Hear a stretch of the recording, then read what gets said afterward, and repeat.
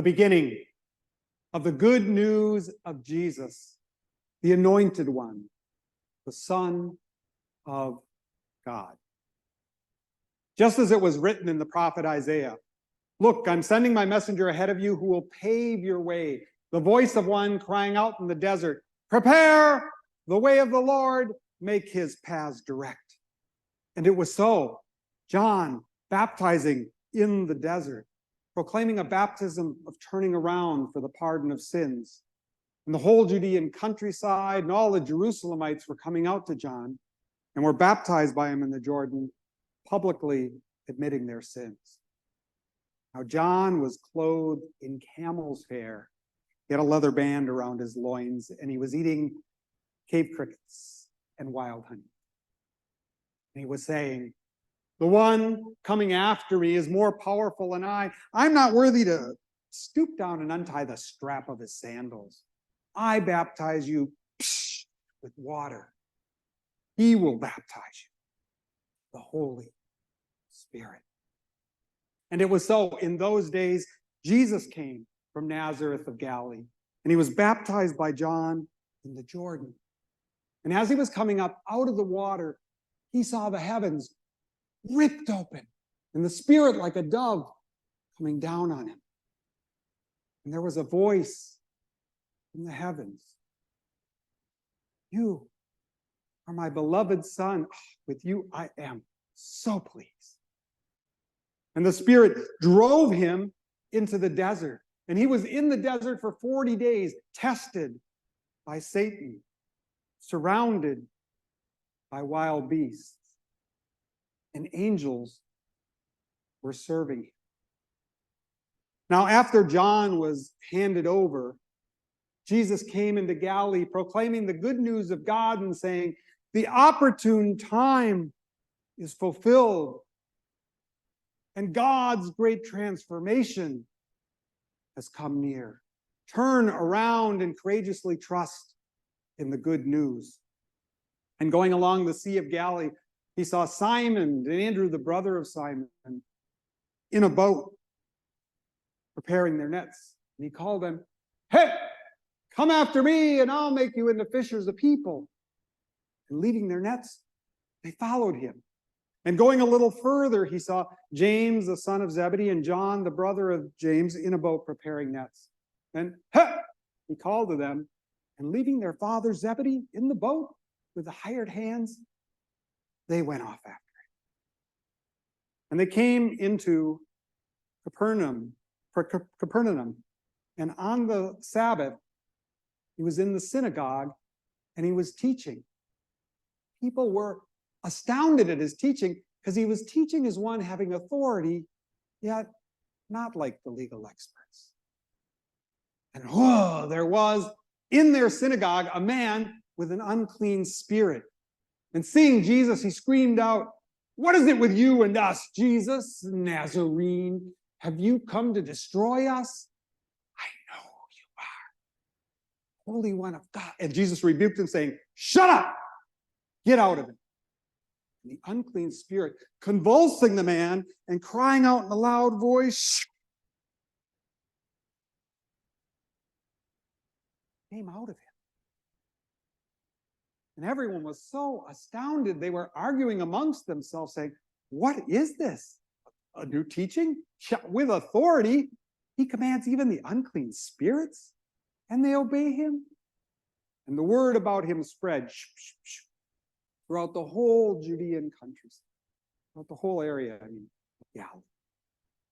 And going out from the synagogue, Jesus went to the house of Simon and Andrew with James and John.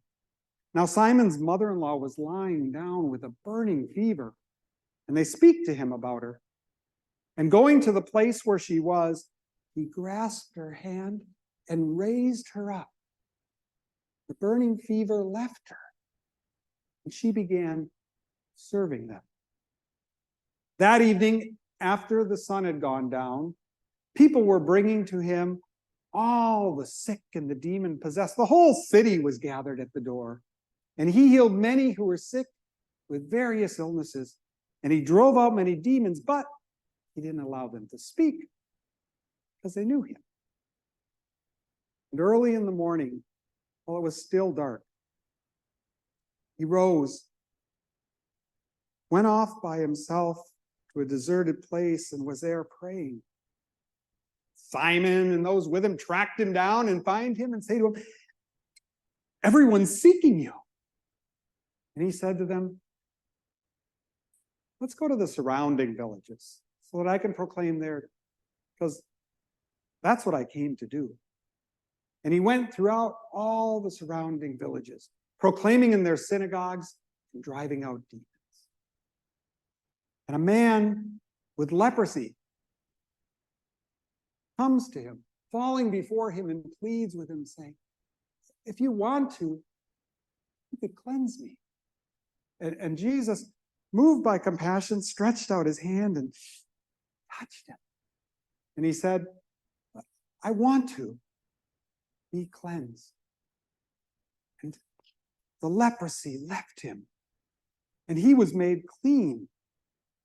And becoming harsh with him, Jesus drove him out and said, "See that you say nothing to anyone at all, but go and show yourself to the priests and offer the sacrifice Moses prescribed as testimony to them."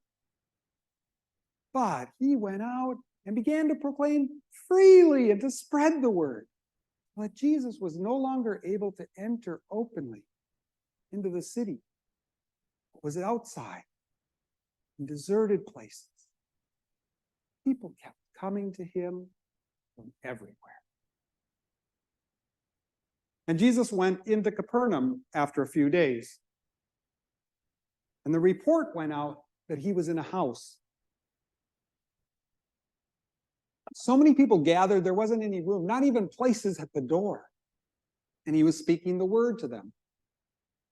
And some people came, bringing to him a man who was paralyzed, carried by 4 of them.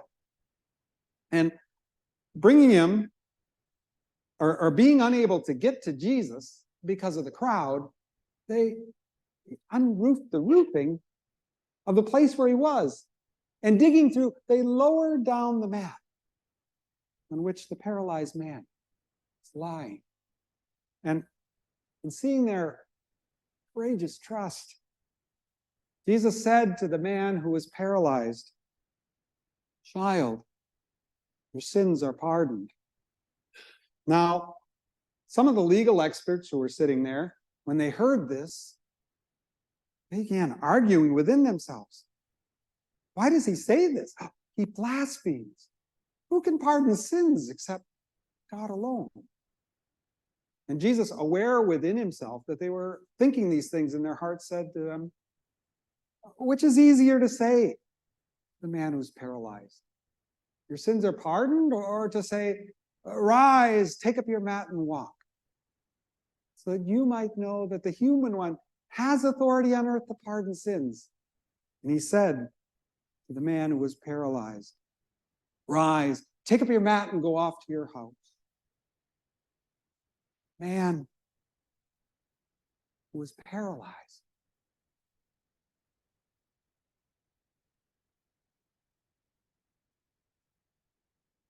rose. Picking up his mat, he walked out in front of them all. And everyone was so astounded that they glorified God, saying, "We have never seen anything like this." And Jesus went beside the sea. And again, a huge crowd gathered around him, and he was teaching them. And passing by, he saw Levi, the son of Alphaeus, sitting at a tax booth. He said to him, "Follow me." And he rose and he followed him.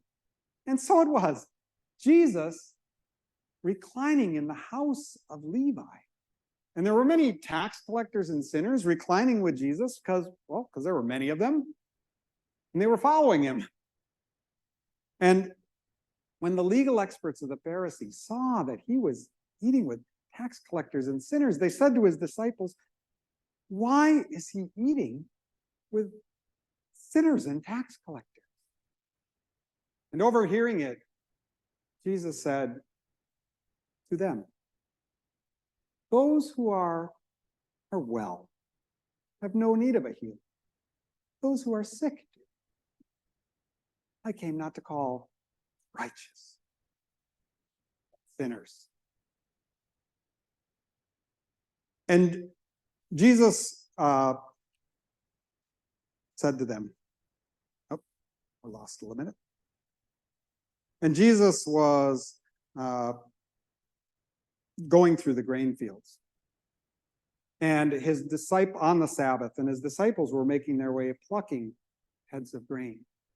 And the Pharisees said to him, why are your disciples doing what is illegal on the Sabbath?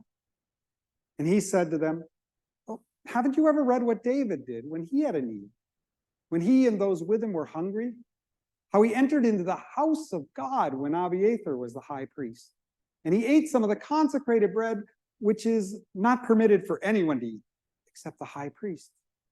And he gave some to those who were with him.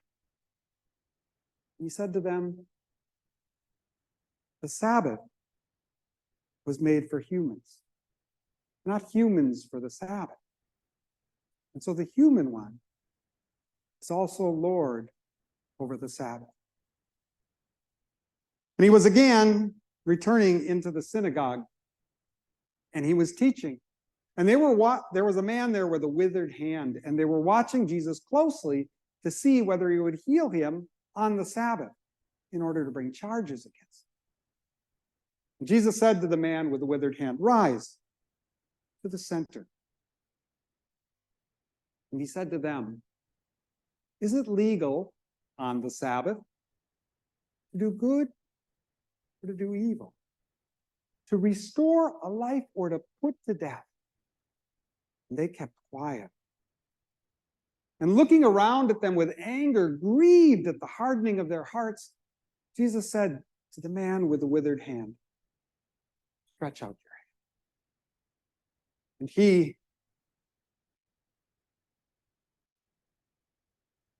stretched out his hand, and it was made new. And right away, the Pharisees went out and held a council with the Herodians against Jesus, how they might destroy him. Jesus withdrew from there, and he was beside the sea. And a huge crowd came to him, and he was teaching them, and he said to the disciples to keep a little boat waiting for him because of the crowd so they wouldn't crush him, because people had come from Galilee and from Judea and from Jerusalem, from Idumea, from across the Jordan, from Tyre and Sidon. A huge crowd came to hear him. Now later, Jesus went up on a mountain, and he chose those whom he wanted to choose so that they might be with him, and he might send them out to proclaim and give them authority to drive out demons. And these are the 12 that he chose. Simon, whom he nicknamed Rock, and James, the son of Zebedee, and John, the brother of James, whom he nicknamed Boanerges, that is, sons of thunder, and Andrew, Philip, Bartholomew, Matthew, and Thomas, and James, the son of Alphaeus, and Thaddeus, and Simon the Canaanian, and Judas Iscariot, who in fact would hand him over. And Jesus was teaching in a house, and a huge crowd gathered around, so many they weren't even able to eat. And his mother and his brothers came saying, he's out of his mind. And the legal experts who came down from Jerusalem were saying, oh, he's possessed by Beelzebul, and he drives out demons by the ruler of the demons. And summoning them, Jesus began to speak to them in riddles, saying, how is Satan able to drive out Satan? If a household is divided against itself, that house can't stand. And if a kingdom is divided against itself, that kingdom can't stand. And if Satan really did rise up and is divided and is against himself, then he can't stand. But he's already at an end. Yet surely no one can enter into the household of the strong one and plunder his goods unless first he bind the strong. Then he can plunder his goods. And he said to them, I tell you, this is the way it is. Everything will be pardoned the human ones. Their sins and whatever blasphemies they blaspheme. But those won't ever receive the pardon, but are guilty of a sin to eternity, who blaspheme against the Holy Spirit. See, because they've been saying he has an unclean. Jesus' mother and his brothers were outside, and they sent word to him. And those who were sitting around, Jesus said, Teacher, your mother and your brothers are outside. They're seeking you. And Jesus said to them, Who are my mother and my brothers?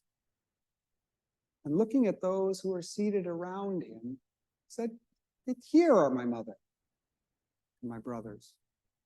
Because those who do the will of God, they are my mother, my brother, sister. And Jesus withdrew from there, and he was by the sea. And such a huge crowd gathered that he got into a boat, and he sat on the sea, and they listened, sitting on the land. And Jesus taught them many things in riddles. And in his teaching, he was saying, Here, look, a sower went out to sow. And some of the seed fell by the way, and the birds came and gobbled it up. And some seed fell on rocky ground where there wasn't much soil, and it sprouted immediately. But there was no depth to it. And when the sun came out, it was scorched. And it withered because it had no root. And some seeds fell among the thorn plants. And the thorns grew up and choked it, so it was without. And other seeds fell on good soil and produced fruit, coming up and growing and yielding 30, 60, 100 per measure, inconceivable. And Jesus said, so whoever has ears to hear, let them hear. Now, when Jesus was alone with his disciples, those who were with them asked him about the riddle. And he said, to you has been given the mystery of God's great transformation. But to those outside, everything comes in riddles. So that looking, they look, and they don't see. And listening, they listen, they don't understand. Otherwise, they might turn.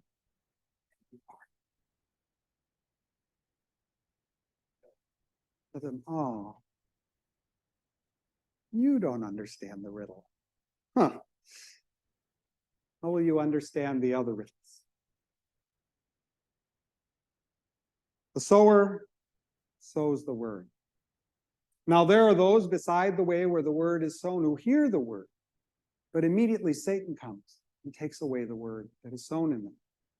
And there are those sown on rocky ground. Those are the ones who hear the word. No, they immediately receive it with joy. They have no depth in them. And when trouble or persecution come on account of the word, they stumble. And there are those sown among the thorn plants. Those are the ones who hear the word. The worries of this age and the lure of wealth and the desire for other things come in and strangles the word without fruit. Then there are these sown on good soil. Hear the word and receive it and produce 30, 60, 100 per measure. Nobody lights a lamp in order to put it under a bed or under a basket, but on a lampstand. So there's nothing hidden except to be revealed. And nothing's a mystery except come to light. So if any have ears to hear, let them hear. Beware of what you hear. By the measure you measure out, it'll be measured out, increased for you. To those who have, more is given. To those who don't have, even what they have is taken from them. Jesus said, God's creative transformation is like this. A man plants a seed in the ground. He sleeps, he rises night and day. The seed sprouts and grows. He doesn't know how. On its own, the earth produces the fruit. First the stalk, then the head, then the full grain in the head. And when it offers up its yield, he sends out the sickle because the harvest is ready. He said to them, to what shall we compare God's great transformation? Into what riddle shall we put it? It's like a seed of mustard weed, which when sown in the ground is the smallest of all seeds of the earth. But once it's sown in the ground, it grows up and becomes the largest of all shrubberies. It sends out its branches so that the birds of the air can rest in its shade. And with many other such riddles, Jesus was teaching them. And he didn't speak to them apart from riddles. But with his disciples privately, he would unravel everything. Now, when it was evening, Jesus said, let's go to the other side. They took him along as he was in the boat, and there were other boats with him. And a sudden squall of wind whipped up, and the waves were bombarding about the boat, and already the boat was filling up. And Jesus was in the stern, sleeping on a cushion. And they rouse him and say to him, teacher, don't you care that we're about to be destroyed? And rising, Jesus rebuked the wind and said to the sea, silence, just shut up. There was a great calm. He said to them, why are you such cowards? Don't you have courageous trust yet? And they were stunned and were saying to one another, who is this? Even the wind and the sea obey him? And they came to the other side, to the Gentile territory of the Gerasenes. And as he was getting out of the boat, immediately he was met from the graves by a man with an unclean spirit who had his dwelling among graves. And no one was able to subdue him any longer, not even with chains, because he'd been bound often with fetters and chains, and the fetters had been broken by him, the chains torn apart, and no one was strong enough to subdue him. And every day and night, he was among the graves and in the mountains, screaming and slashing himself. Stones. And seeing Jesus from a distance, he ran, bowed down before him, and said, what have you against me, Jesus, Son of the Most High God? I'm putting you on oath, for God, don't torment me. Because Jesus had been saying to him, unclean spirit, get out of the man. Jesus said to him, what's your name? And they said, Legion is my name, because we are many. And he began pleading with Jesus not to drive him out of the territory. Now, in the place beside where they were, there was a large herd of pigs feeding. And they pleaded with Jesus, well, send us into the pigs so that we can enter them. And Jesus allowed it. And coming out of the man, the unclean spirits entered into the pigs, and the whole herd, about 2,000, charged down the hill into the sea and drowned in the sea. Now those who'd been tending the pigs, when they saw it, they fled and reported it in the cities and in the field. And people came to see what had happened. And they see the demoniac sitting, clothed, in his right mind. They panicked. And those who'd seen it reported to them how it had happened with the demoniac and about the pigs. And they pleaded with Jesus to leave their territory.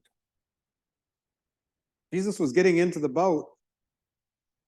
The demoniac said to him, asked him that he might go with him, but Jesus didn't allow it. Said to him, go to your house, to your family, and report to them what the Lord has done for you and how the Lord has shown you mercy.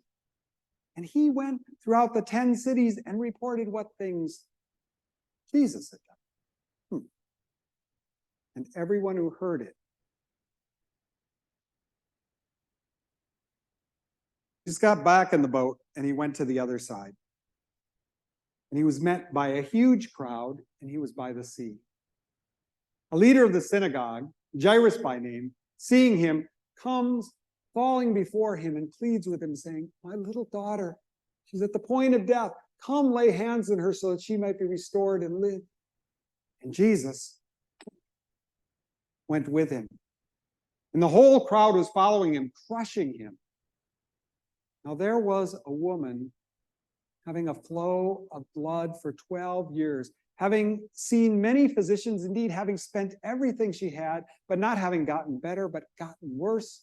Hearing about Jesus, coming behind him in the crowd, she touched his cloak. She'd been saying, if I just touch his cloak, I'll be restored. Source of the bleeding dried up within her, and she knew in her body that she had been healed of her affliction. Jesus knew within himself that power had gone out of him.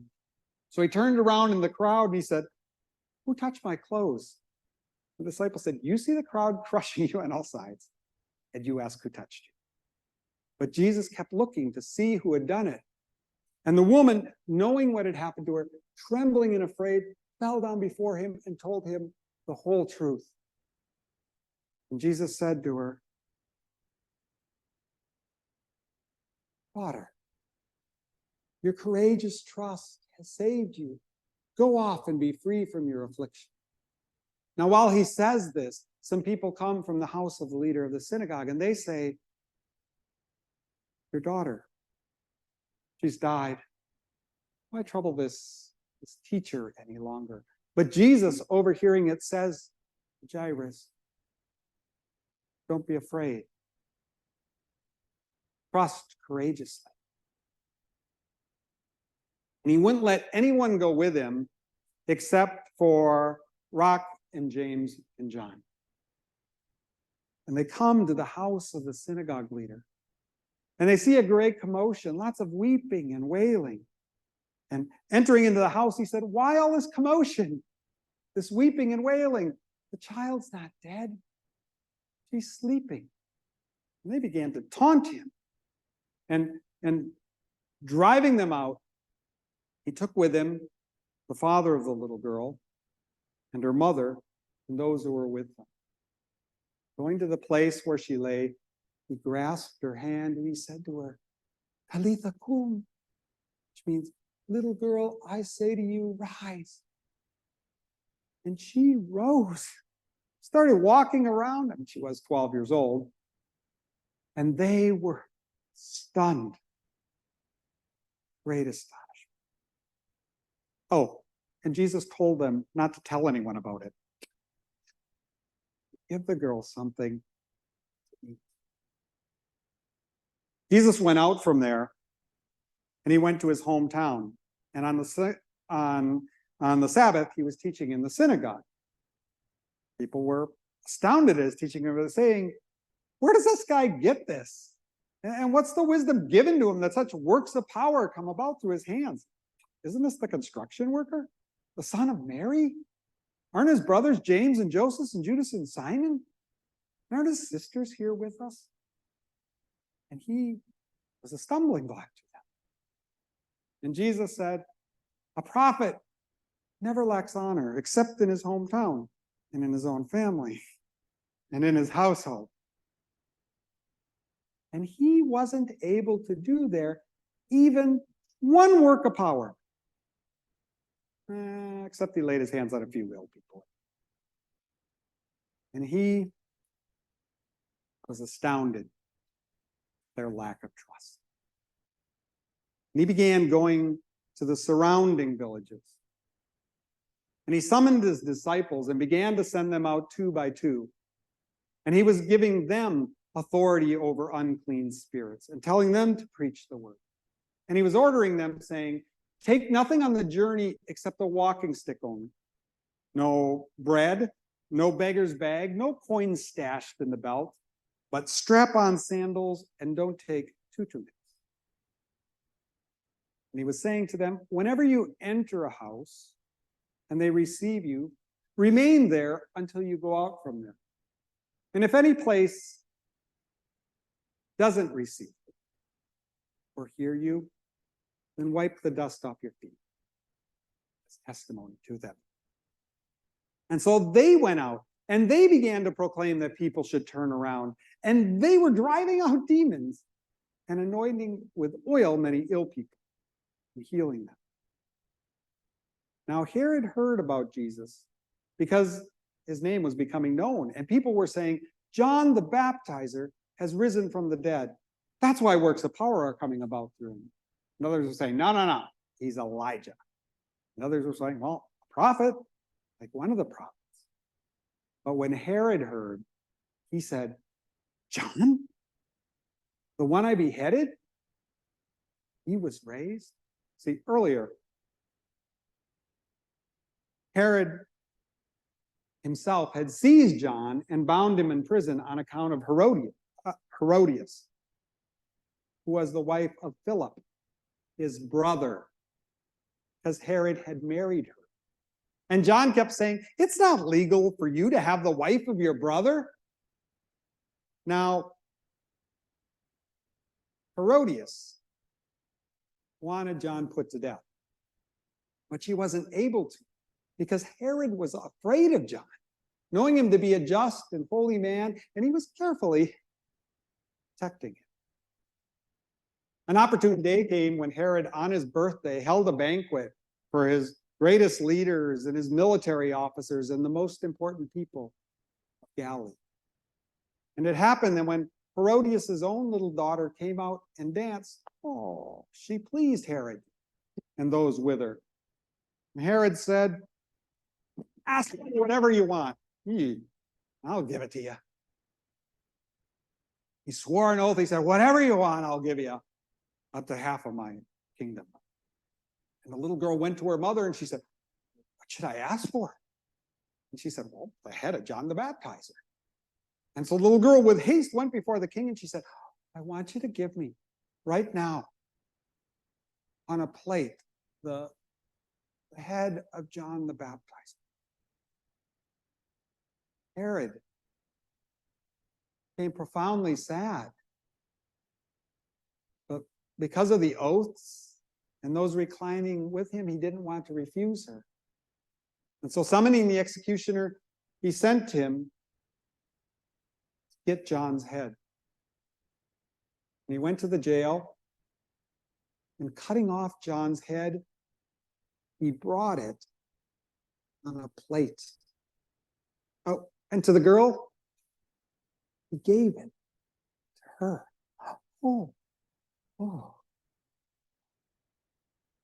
And she gave it to her mother.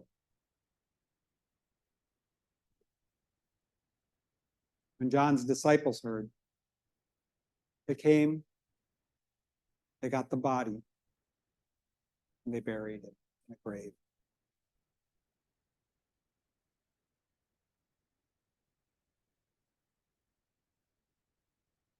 Now those disciples that Jesus had sent out, they returned and they gathered around him and they told him all that they've been saying and doing. And Jesus said to them, let's go to a deserted place and rest a while. Because so many people were coming and going, they didn't even have time to eat. And so they got into a boat. They went quietly to a deserted place. And people saw them and recognized and ran there on foot from the cities and got there ahead of them. So when Jesus got out of the boat, he saw the huge crowd. He had compassion on them because they were like sheep without a shepherd. And he began to teach them how to think. Now, when it was evening, his disciples came to him and said, "This place is a desert, and already the hour is late. Dismiss them so that they can go to the neighboring fields and villages and buy themselves something to eat." And Jesus said, "You, give them something to eat." And they said, "Are we to go and spend, 200 days' wages to buy enough bread to feed these people?" Jesus said, "Just go see what you have. How many loaves?"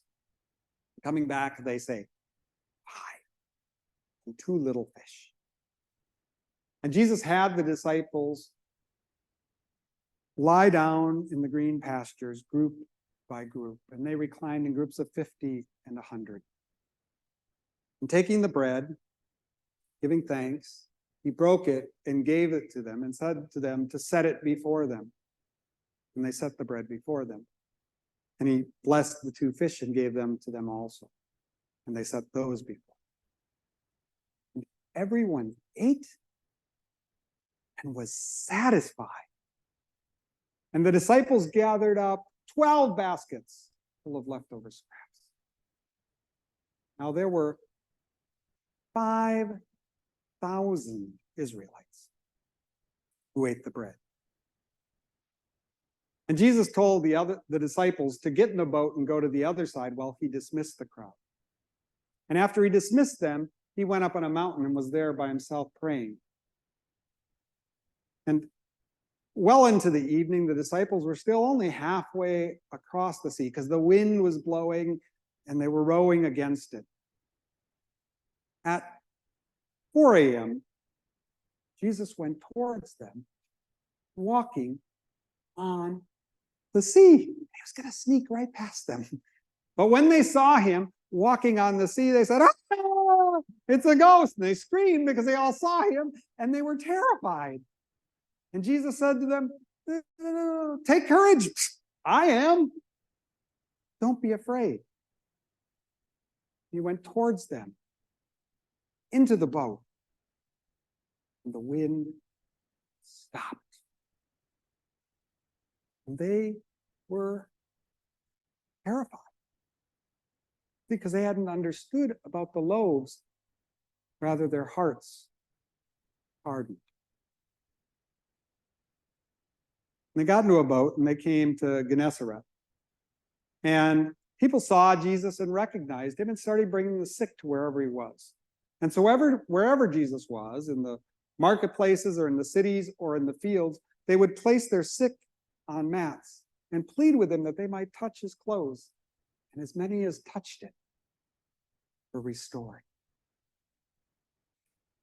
And Jesus was going through this area with his disciples.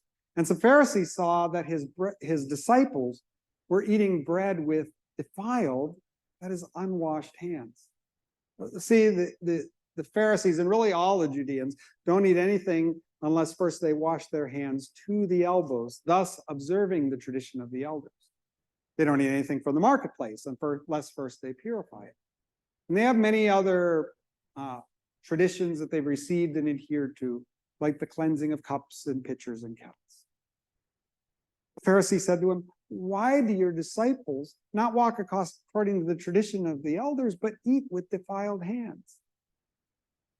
Jesus said to them, "How well Isaiah prophesied about you hypocrites, saying, 'This people honors me with their lips, but their hearts, they're far from me. In vain do they worship me, teaching teachings that are human teachings.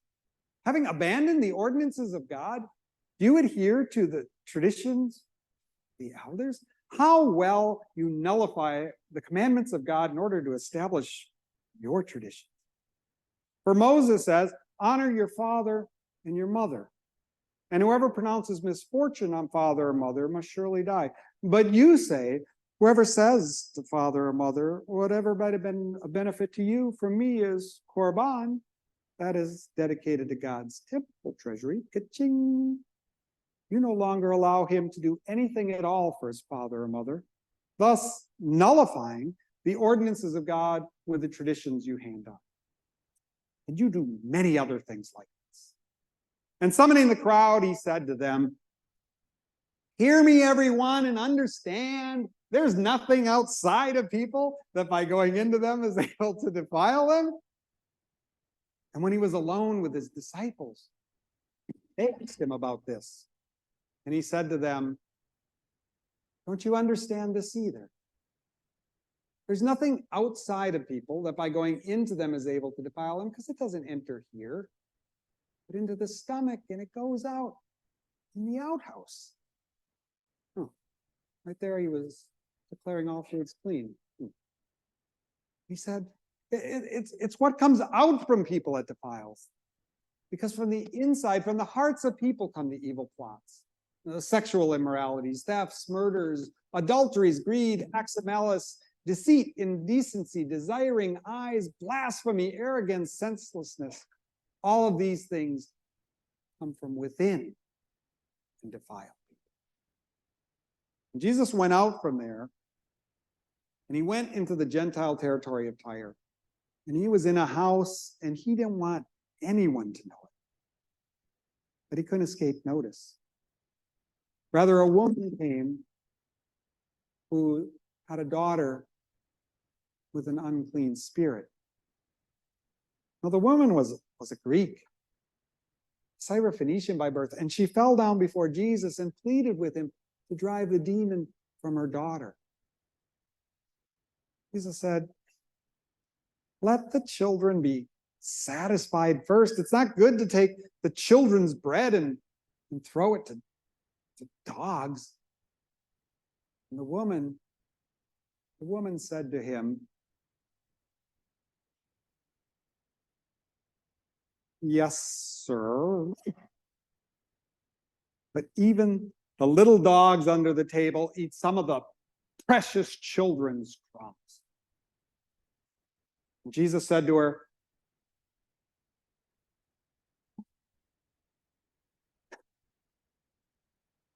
for saying this, go.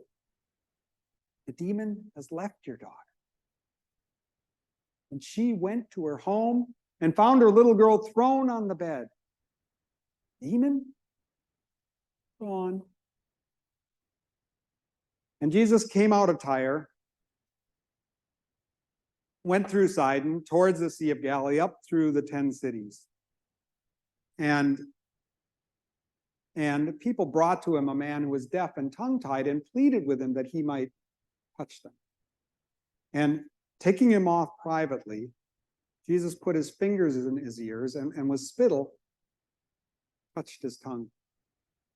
Looking up to heaven, he groaned deeply within himself. And he said, Ephphatha, that is, be opened.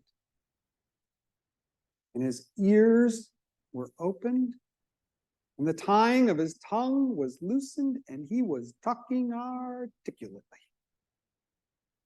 And Jesus was ordering the people to say nothing about this. But the more he was ordering them, the more they insisted on proclaiming it. And everyone who heard it was amazed. And they said, this guy does everything well.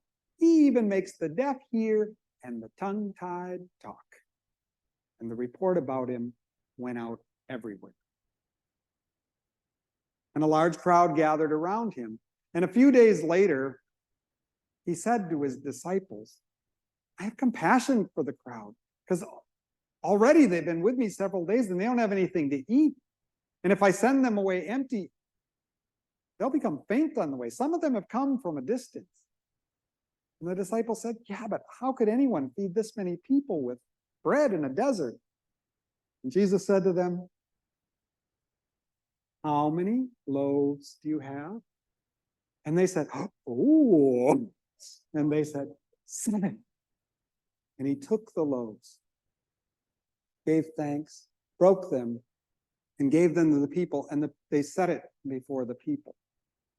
And they also had a couple of small fish. He blessed these, and they set those before them also.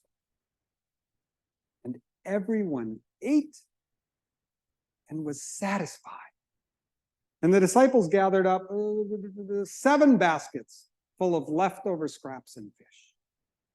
Now there were 4,000 Gentiles who ate the bread. And Jesus dismissed them. And they got into a boat and they went towards Dalmanutha.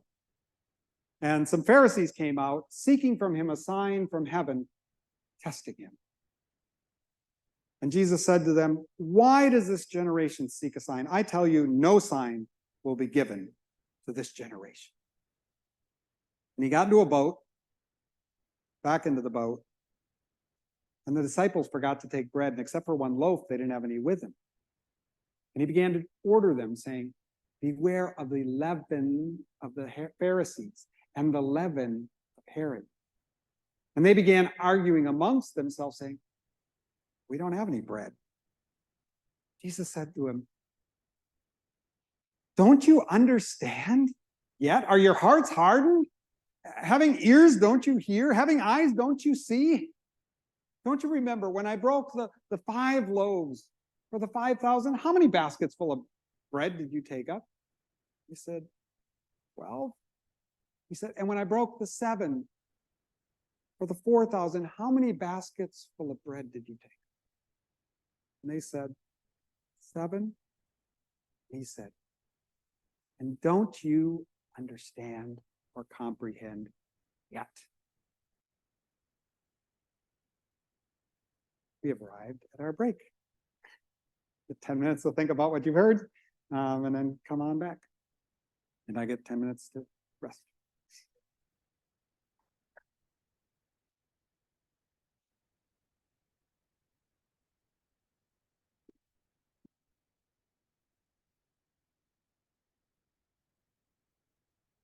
There's coffee in a room just down the hall if anyone needs that to. In about a half an hour, Jesus is going to keep saying, "Stay awake, stay awake, stay awake." I think it might have to do something with the length of the story.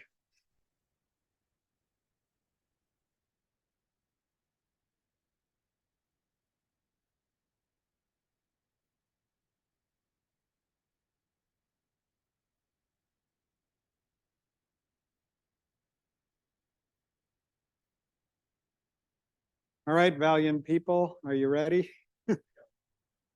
Kind of feel like I should do a montage of what happened in the first half, but I'll just remind you the very last thing we heard was, "Don't you understand or comprehend yet?"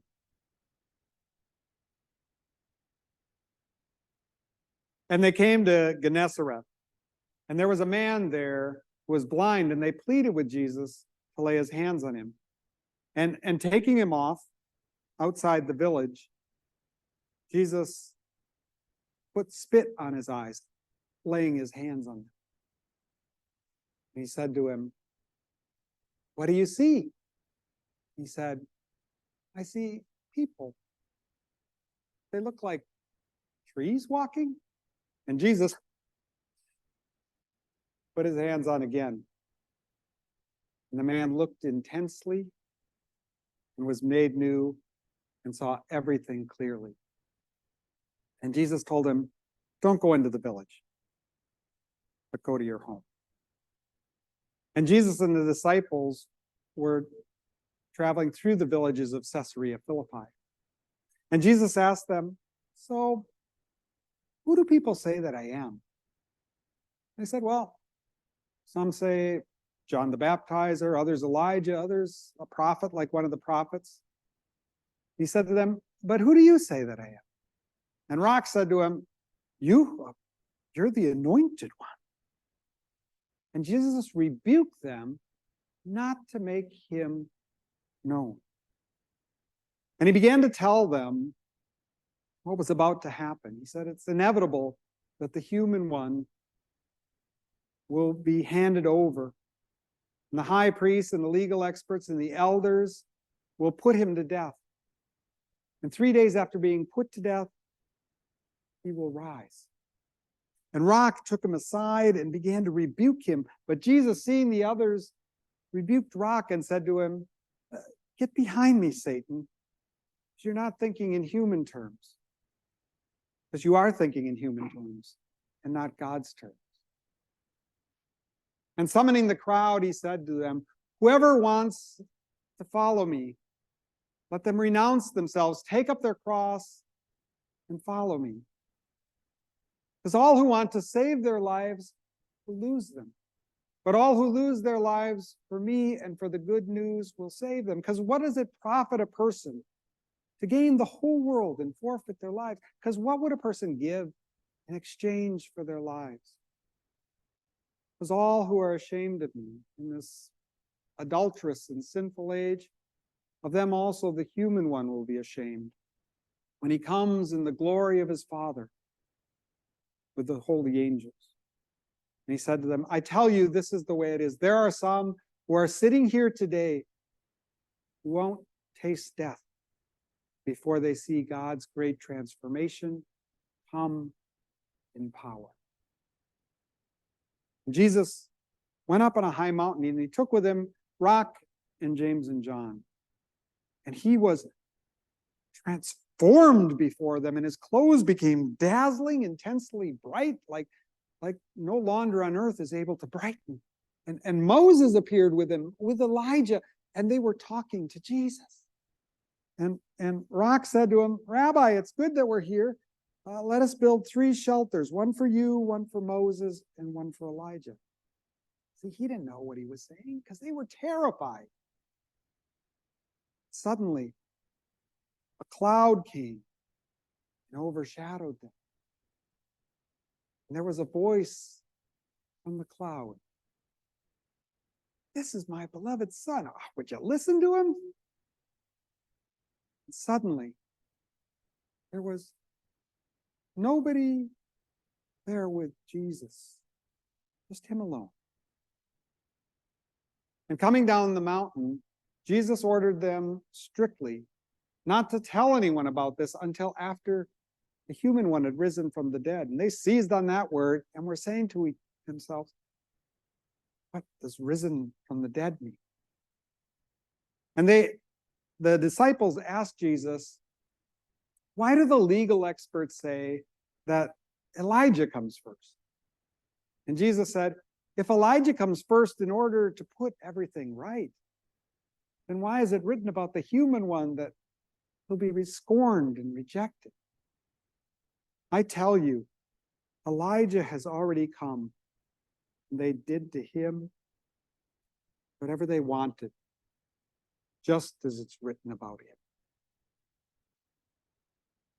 And coming down off the mountain, they saw the disciples and a crowd, and they were arguing with the Pharisees. And they see Jesus, and they're amazed, and they come to him, and they're greeting him. And Jesus says to them, so what were you arguing about with them?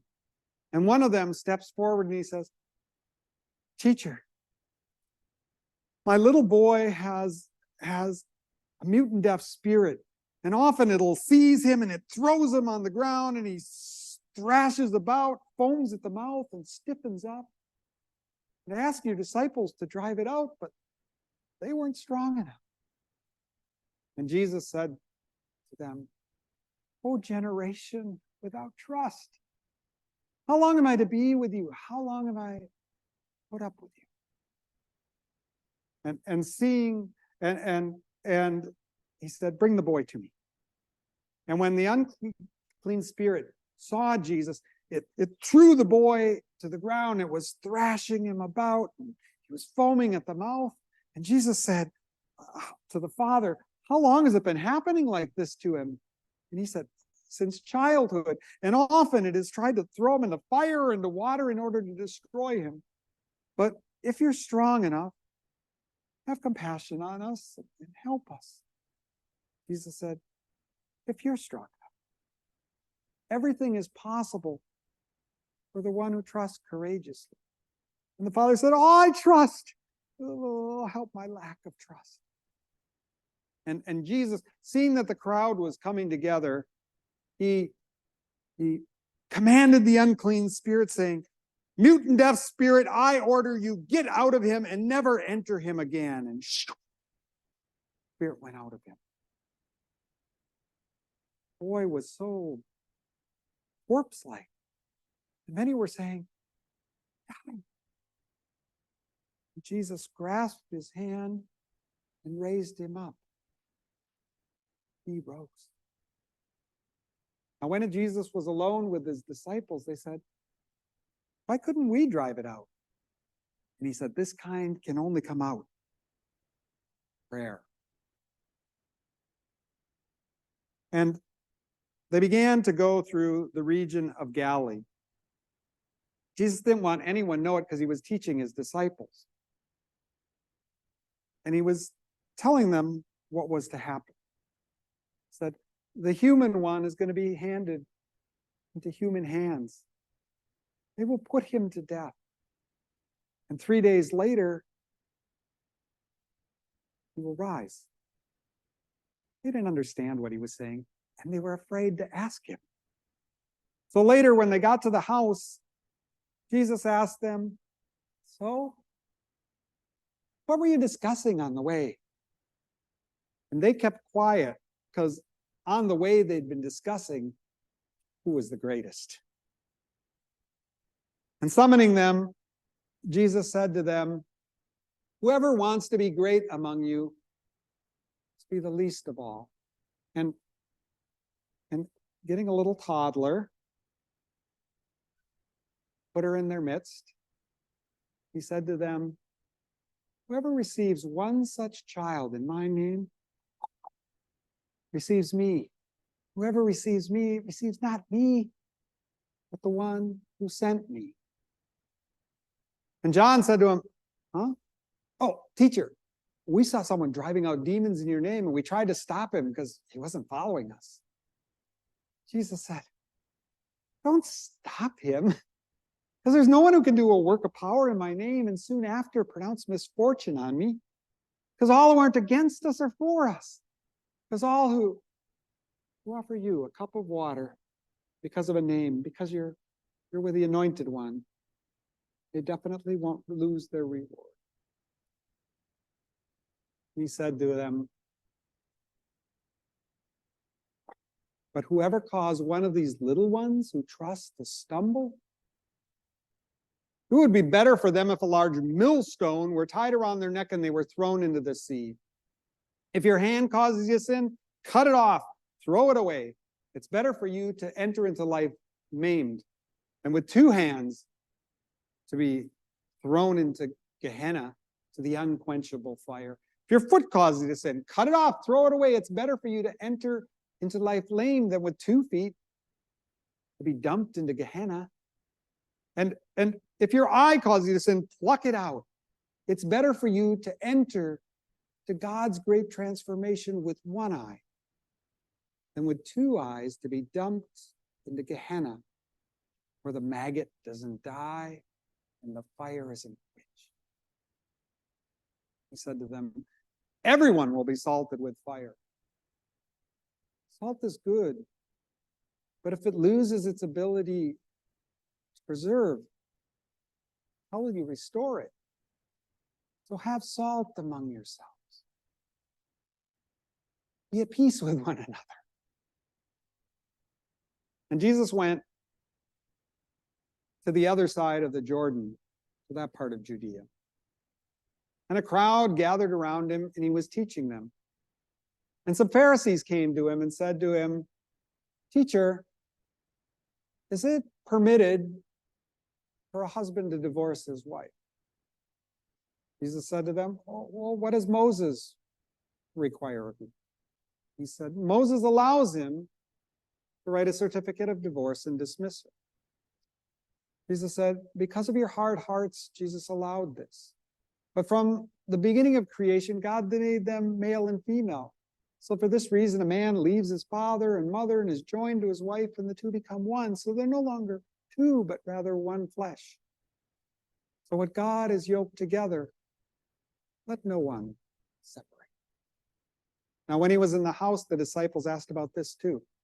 And he said to them, any man who dismisses his wife in order to marry another commits adultery against her. And if a woman dismisses her husband to marry another, she commits adultery against him. People were bringing little children to Jesus so that he might bless them. The disciples rebuked them. But Jesus got angry and he said, let the children come to me. Don't stop them. Because God's great transformation belongs to people like these. I tell you, this is the way it is. Whoever doesn't receive God's great transformation like a little child definitely won't enter it. Taking them in his hands, putting his hands upon them, he was blessing them all. And as they set out on the way, a man came before Jesus and fell down before him and said, good teacher, what must I do to inherit eternal life? Jesus said to him, why do you call me good? No one is good except God alone. He said, you know the commandments. You shall not kill, you shall not steal, you shall not commit adultery, you shall not bear false witness, you shall not steal, you shall not testify falsely, honor your father and mother. He said, all of these I've kept from my youth. Jesus looked at him intently, loved him, and said, well, then you lack only one thing. Go sell everything you have, give it to the poor, and then come follow me. Man became dejected. He went away sad because he had a lot of possessions. Jesus said to the disciples, how hard it is for those who have wealth to enter into God's great transformation. They were shocked. And he said to them again, children, how hard it is to enter into God's great transformation. It's easier for a camel to pass through the eye of a needle than for a person with possessions to enter into God's great transformation. They were stunned and said, well, then who can be saved? And he said, for humans, it's impossible, but not for God. All things are possible for God. And Rock said to him, well, teacher, we left everything to follow you. Jesus said to him, I tell you, this is the way it is. There is no one who has left a house or brothers or sisters or a mother or a father or children or fields who doesn't receive 100 times in this age houses and brothers and sisters and mothers and children and fields and persecution. But in the age to come, everlasting life. But many who are most important will become least, and the least most important. And they were heading towards Jerusalem, and Jesus was going ahead of them, and those who were following him were afraid. And he began to tell them, we're going to Jerusalem, and the high priests and legal experts will hand me over to the Gentiles. And they will condemn me to death, and they will spit on me, taunt me, put me to death. And 3 days later, he will rise.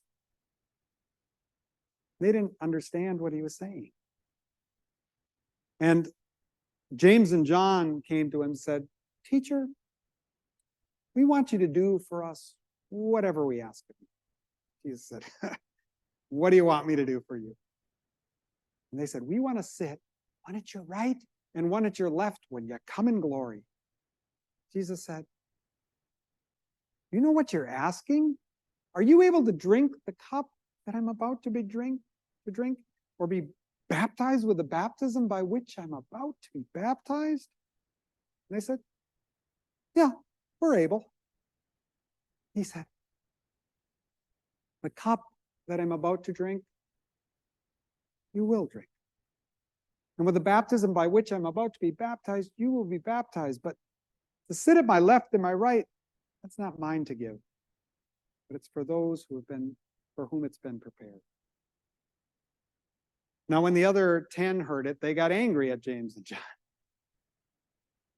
And Jesus said to them, you know how it is among the Gentile rulers. Their great ones are tyrants and their leaders dominate them, but it's not so among you. Whoever wants to be great among you will be your servant, and whoever wants to be the most important of all will be the slave of all. Even the human one came not to be served, but to serve and to live his life as a ransom.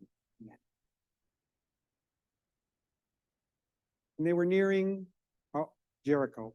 And as they were coming out from Jericho, the son of Timaeus, Bartimaeus, a man who was blind and begged, was sitting beside the way. And hearing that it was Jesus the Nazarene who was coming by, he began to scream, Son of David, Jesus, have mercy on me. They rebuked him, quiet. But he screamed even louder, Son of David, show me mercy. And stopping, Jesus said, summon him. And those who were by him said, he's summoning you. Take courage, rise. And getting up, he threw off his cloak and he came to Jesus. Jesus said to him, what do you want me to do for you? He said, Rabboni, for me to see. Jesus said to him, your courageous trust has restored you. And his eyes were open and he saw clearly. And he began following Jesus on the way.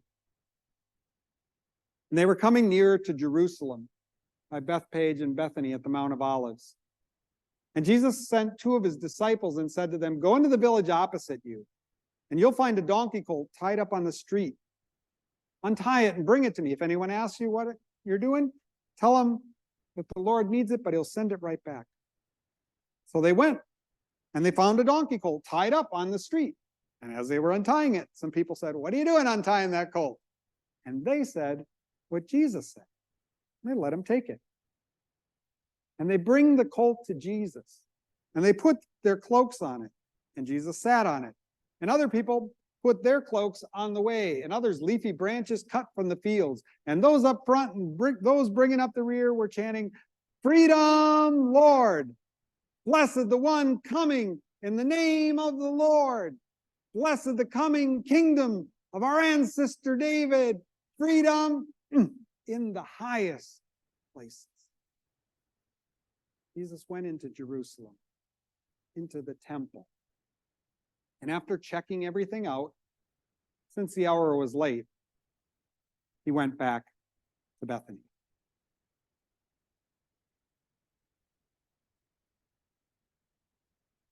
Early the next morning, they were coming out of Bethany, and Jesus was hungry.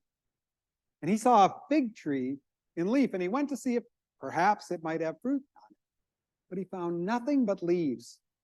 And he said to it, may no one ever eat fruit from you again. And his disciples heard him. And they went into Jerusalem. And he went into the temple, and he began driving out those who were buying and selling in the temple. And he overturned the table of those changing money and the chairs of those selling doves, and he wouldn't let anyone carry anything through. And he was saying to them, isn't it written, my house shall be a house of prayer for all the Gentile nations, but you have made it into a haven for crooks. High priests and the legal experts heard him. When the hour was late, he returned with his disciples outside the city. And early in the morning, they were coming in, and they saw the fig tree withered to its roots. And Rock said to him, Rabbi, look, the fig tree you cursed, it's withered. And Jesus said to them, I tell you, this is the way it is. Trust courageously in God. And whatever you ask for, it'll be done for you. You could say to this mountain, be taken up and thrown in the sea. If you don't doubt, but trust, it'll be so. And whenever you stand praying, pardon whatever offenses you have against another. But your Father who's in heaven can pardon you your offenses. And they came into the temple. And Jesus was teaching. And some high priests and legal experts came at him and said to him, "By whose authority are you doing these things? Or who gave you this authority?" Jesus said, "I'll ask you a question. If you answer me, I'll tell you by whose authority I do this. The baptism of John, was it from humans or from heavens? Answer me." They began arguing amongst themselves, saying, "If we say from heaven, he's going to say, 'Why didn't you believe in him?' But if we say from humans," see, they all thought that John had been a prophet. They were afraid of him. And they said, "We don't know." And Jesus said, "Well, then neither am I telling you by whose authority I do these things." And he began to speak to them in a riddle, saying, "A man planted a vineyard. He put a hedge around it. He dug out a wine pit, built a tower, and he rented it out to farmers and went away. Now, at the opportune time, he sent one of his slaves to go get some of the fruits of the vineyard. And those farmers, they beat him and sent him away empty-handed. Sent another one. This one they struck on the head and dishonored. Sent him away. He sent another. This one they killed. He sent many others. Some they publicly tortured, other ones they put to death. Still, he had one more. Beloved son. And he sent him to them, saying, "Surely they'll respect my son." But when those farmers saw him coming, they said, "This one's the heir. Let's put him to death and the inheritance will be ours." And they seized him, put him to death, and threw him outside. So what will the Lord of the vineyard do? He'll destroy those farmers and give the vineyard to someone else. As it is written, the stone that is the chief cornerstone was rejected. It comes from the Lord, and this is pleasing in our sight. And they left him, going away. And they sent some Pharisees and Herodians to trap him in his words. And coming to him, they said to him, "Teacher, we know that you speak the truth. You don't defer to anyone. You honestly speak the way of God without looking to human reaction. So, is it permissible to pay the temple tax or not? Should we give or not give?" And Jesus said to them, "Why are you testing me? Bring me a denarius so that I might see it." And they bring him one. And he says,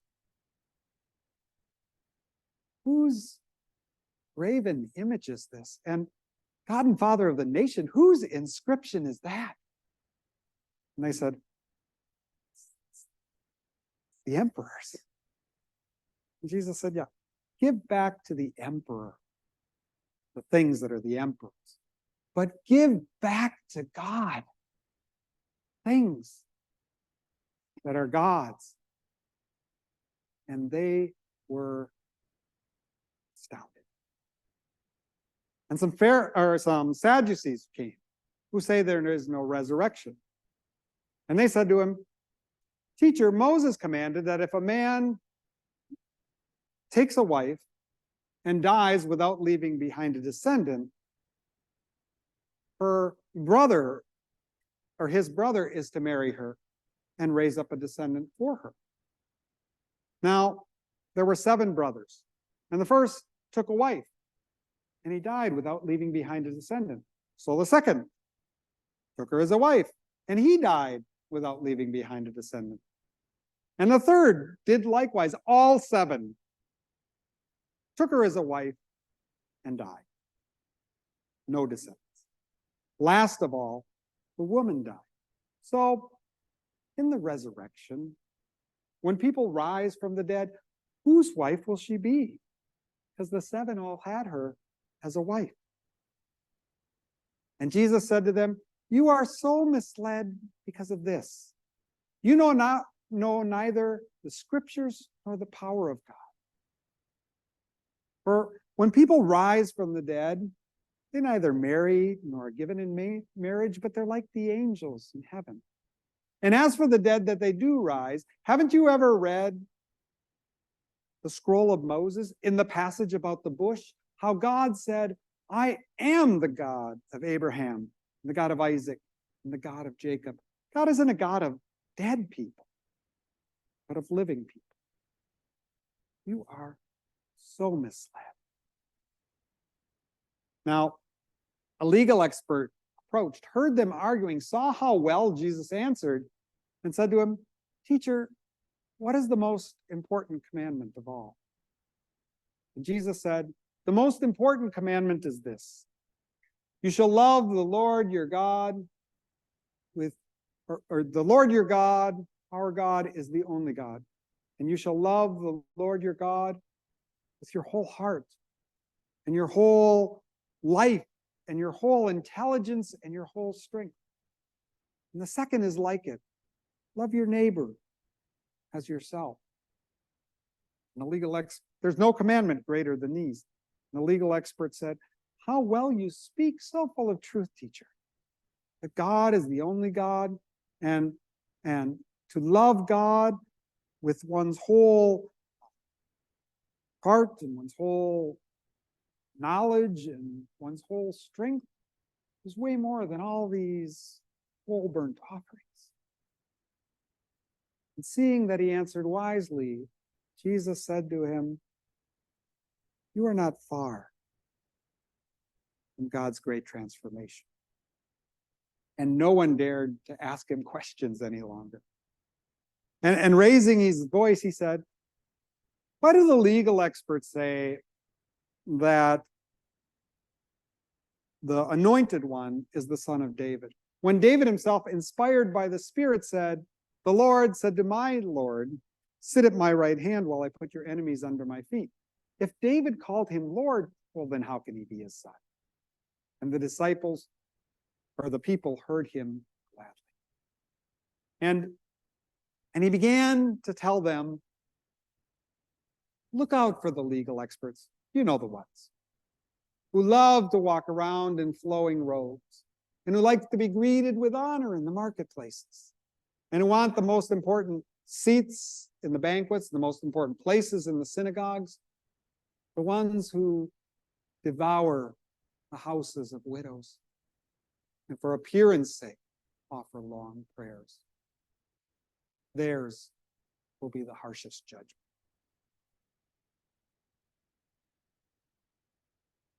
And Jesus was sitting opposite the temple, and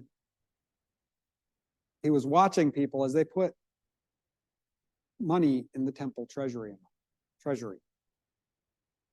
And he was watching many rich people put in large amounts.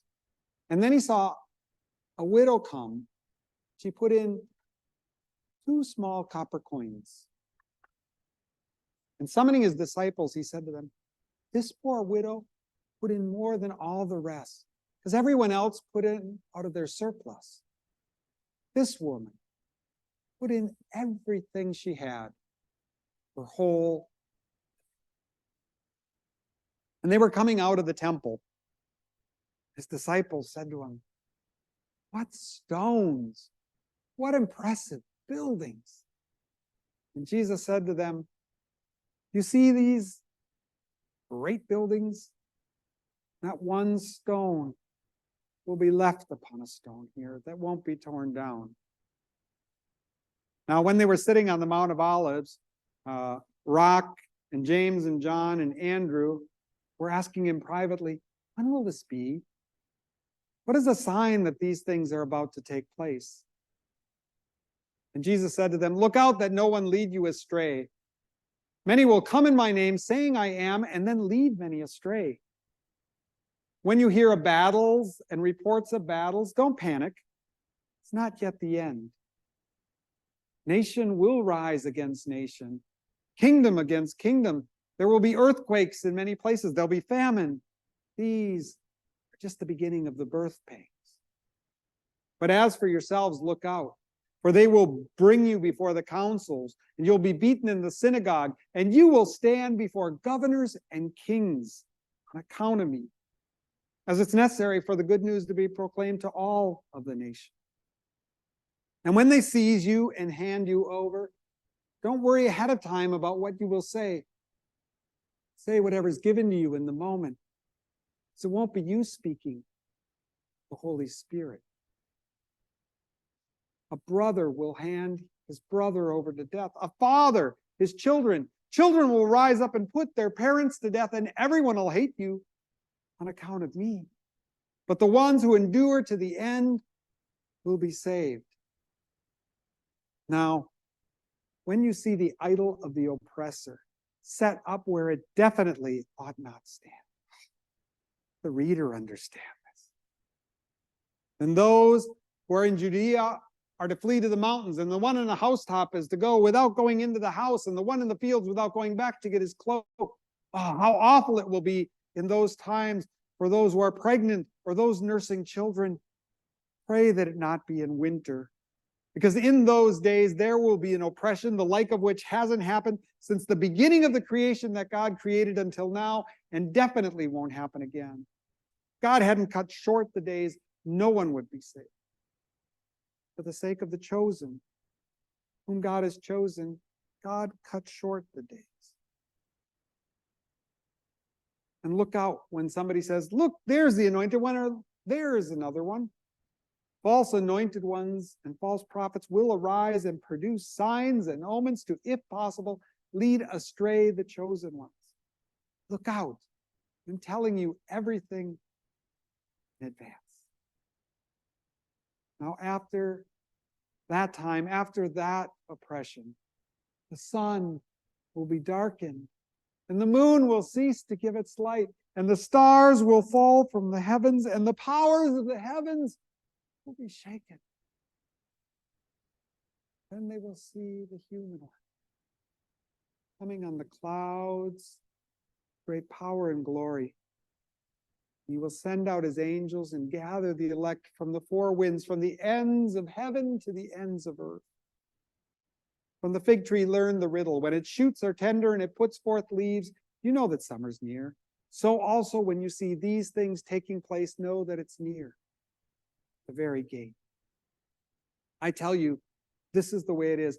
Heaven and earth will pass away, but my word will not pass away. But about that day or hour, nobody knows. Not the angels in heaven, not the Son, but only the Father. So stay awake, because you don't know when the opportune time will come. It's like a man who goes off on a journey, and he gives authority to his slaves, each to their own task, and he says to the doorkeeper, keep watch. So keep watch, because you don't know when the opportune time will come, when the Lord, the vineyard, will return. It'll be in the evening, midnight, or at rooster's crow, or in the early morning. Otherwise, he might come and find you asleep when he comes. And so what I say to you, I say to all, stay awake. Now, it was 2 days before the Passover and the Festival of Unleavened Bread. And the high priests and legal experts were looking for a way to seize Jesus by deceit in order to put him to death. They were saying, now, not during the festival, or there'll be a riot of the people. And Jesus was reclining to eat in the house of Simon the leper in Bethany. And a woman came to him with an alabaster flask of pure nard ointment, luxurious. And breaking open the flask, she began to pour it. Had Jesus. Now, some of those standing by got angry and said, well, this ointment could have been sold for 300 days' wages and the money given to the poor. They were harsh with it. But Jesus said, leave her alone. Why are you being harsh with her? She's done a good work for me. Look, if you're my disciples, the poor you'll always have among you, and you can do good by them whenever you want. You won't always have me. She's done what she was able to do. Anointed my body ahead of time for burial. I tell you, this is the way it is. Wherever the good news is proclaimed in all the world, what she has done, be told in memory of her. And Judas Iscariot, one of the 12, went over to the high priest and promised to hand him over. Well, when they heard, they rejoiced and promised to give him silver. And he began looking for an opportune time to hand him over. Now, on the first day of the festival of unleavened bread, when it's customary to slaughter the Passover lamb,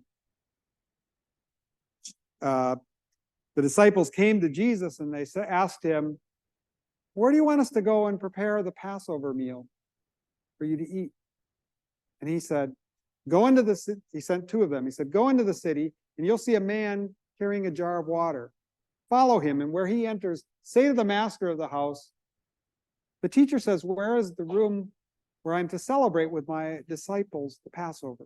He'll show you a large room ready and furnished. Prepare for us there. And they went.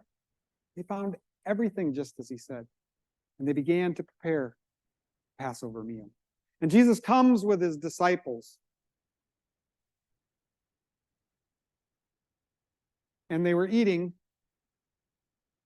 And he said to them, tell you, one of you will hand me over. One eating with me. They began to say one by one, surely not I. And he said, one of the 12, one dipping bread with me in the same bowl. The human one goes, just as it's written about him, but how awful for the one by whom the human one is handed over. Better for him if he'd never been born. And taking bread, he broke it and he gave it to them. And he said, take it. This is my body. And after they'd eaten, he took the cup, gave thanks, and gave it to them. And they all drank from it. And he said, this is my blood that's about to be poured out for many. I tell you, this is the way it is. I will not drink again from the fruit of the vine till the day I drink it new in God's great transformation. And after singing a hymn, they went to the Mount of Olives.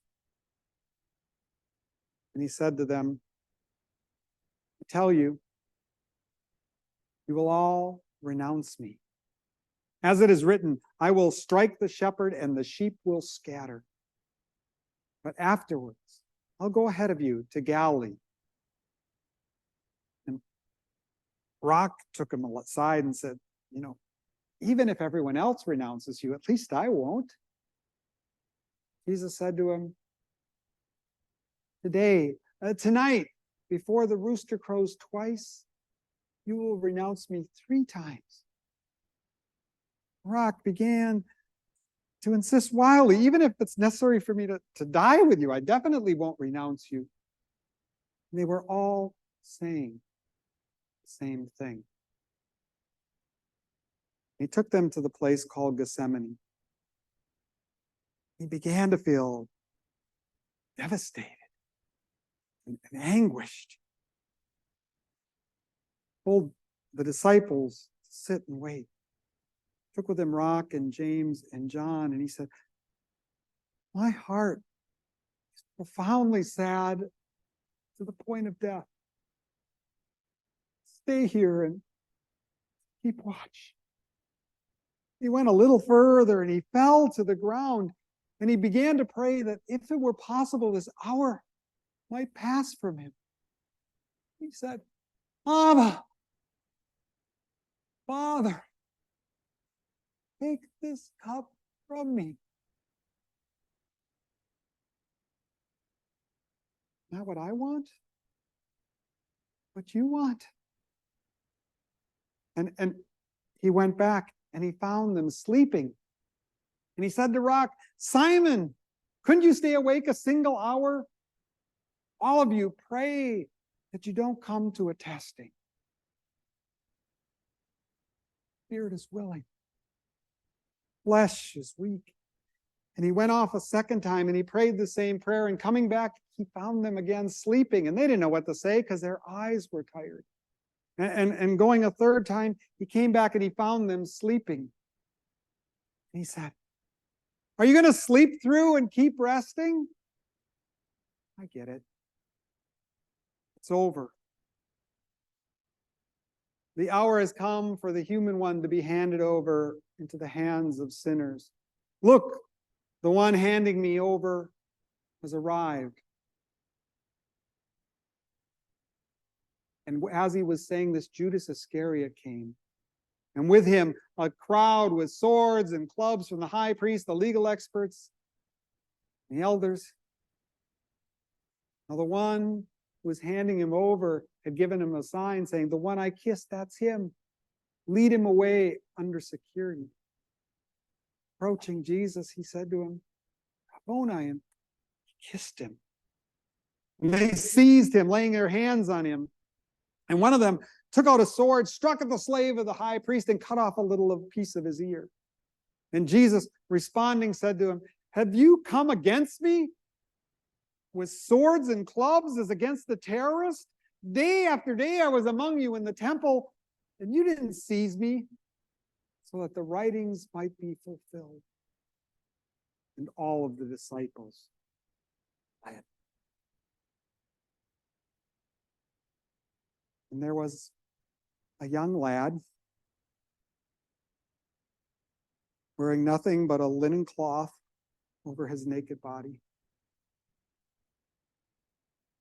They seized him, and leaving behind his linen cloth, he fled. Naked.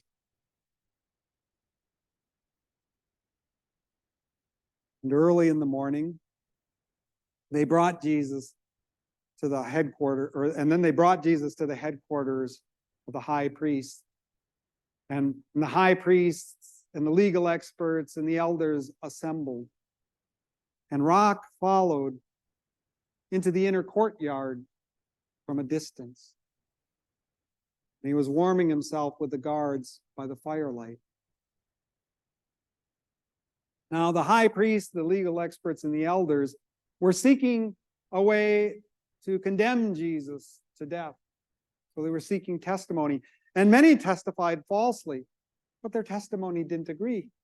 Some were rising and saying, I myself heard him say, I will tear down this temple made with human hands and build another in 3 days, not made with human. But even on this point, their testimony didn't agree. And rising to the center, the high priest said to him, aren't you answering anything at all? Look at the charges they're bringing against you. But Jesus didn't answer anything at all.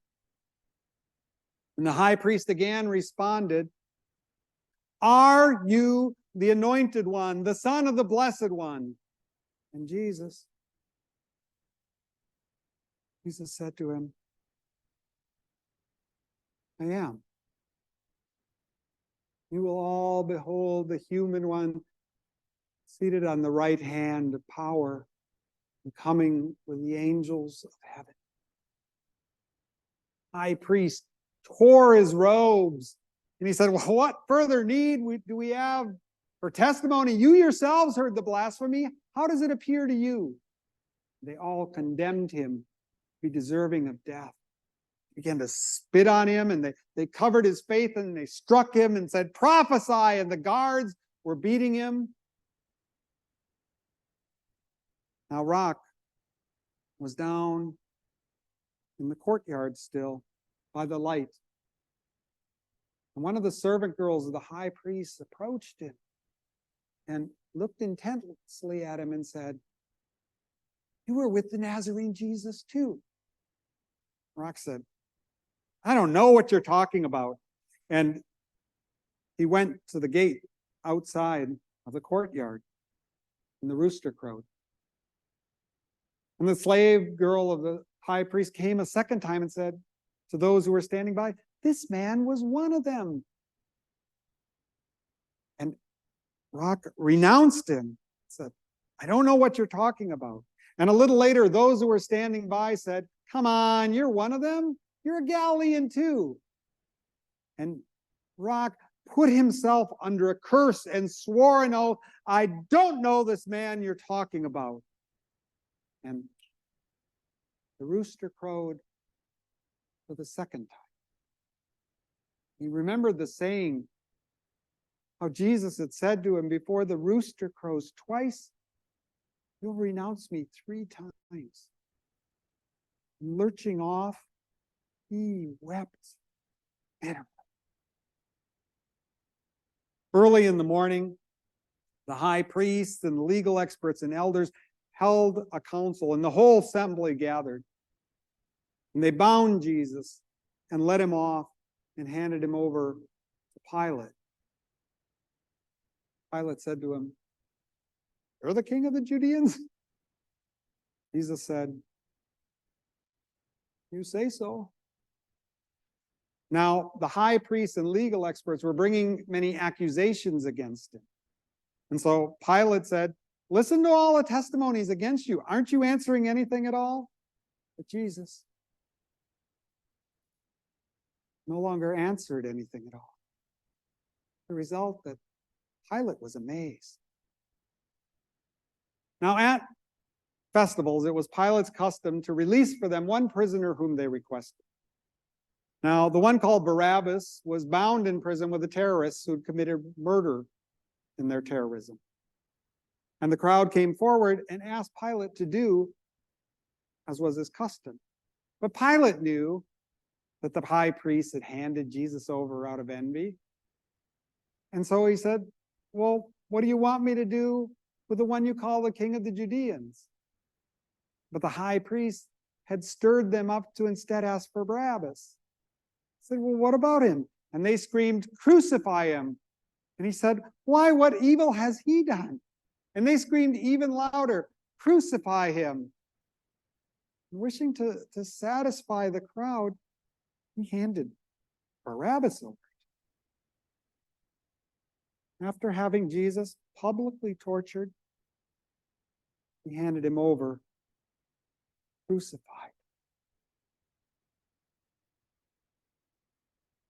And the soldiers led him out into the inner courtyard, which is called the Praetorium. And they called together the entire cohort, 480 soldiers. And they put a purple cloak on Jesus.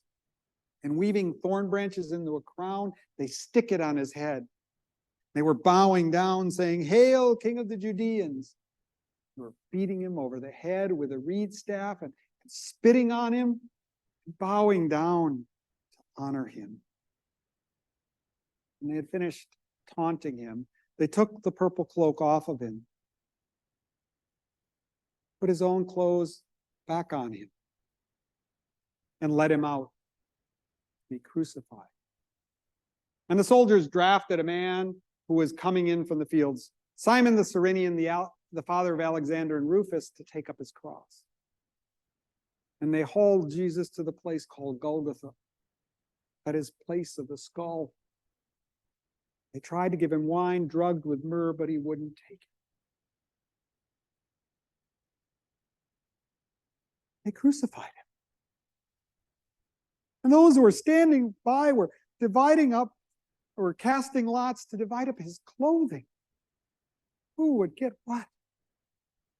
Now it was 9 o'clock in the morning when they crucified him, and the inscription of the charge against him was inscribed, "King of the Judeans." And they crucified 2 terrorists with him, one at his left and the other at his right.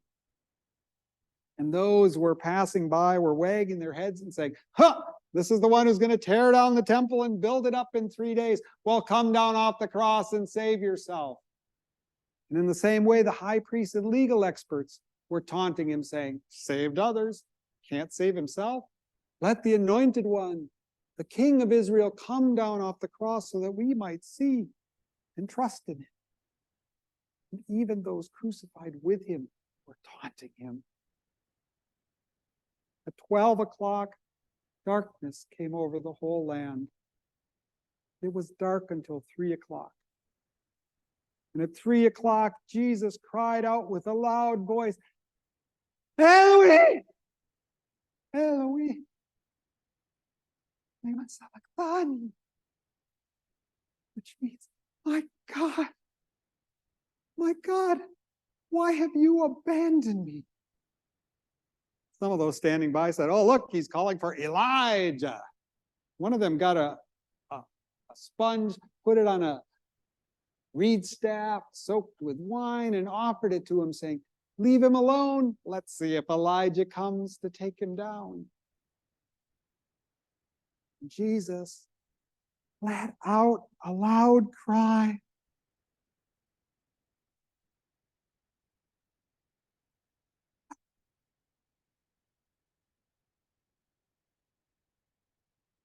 The curtain of the temple was torn from the very top to the bottom. Now the executioner who stood opposite Jesus, when he saw how he had died, said, truly this man was Son of God. Now there were also some women who were watching from a distance. There was Mary the Magdalene and Mary the mother of James the younger and Joseph and Salome, all who had followed Jesus in Galilee and served with him. And there were many other women who come up with them to Jerusalem. Now it was the day of preparation. That is the day before the Sabbath. And Joseph of Arimathea, a respected member of the council, who was himself also expecting God's great transformation, coming and taking courage, asked Pilate for the body of Jesus. Now, Pilate was astonished that he was dead already. And summoning the executioner and finding out from him, he granted the corpse Joseph. And buying a linen cloth, taking him down and wrapping him in the cloth, he laid him in a grave that was hewn out of rock. And he rolled a large stone in front of the grave door. And Mary the Magdalene and Mary the mother of James saw where he was placed. Very early in the morning, the day after the Sabbath, Mary Magdalene, Mary the mother of James, and Salome brought aromatic oil so that they could go and anoint the body of Jesus. And early in the morning, before the sun had risen, they approached the grave and they were saying to one another, who will roll the stone away from the door, the grave for us? And looking up, they saw that the stone had already been rolled away and it was huge. And they went into the grave and they saw a young lad dressed in white, seated on the right hand. And they completely panicked. And he said to them, don't panic. You're seeking Jesus, the Nazarene. He's crucified. He's risen. He's not here. Look at the place where they laid him. But go and tell the others, even rock. He's going ahead of you to Galilee. There you will see him just as he promised. Coming out of the tomb, filled with terror and amazement, they fled and they said nothing to anyone at all. They were afraid because us.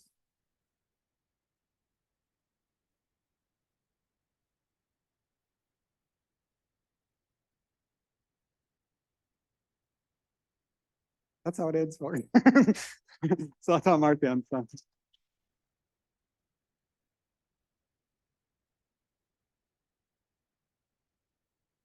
Me too.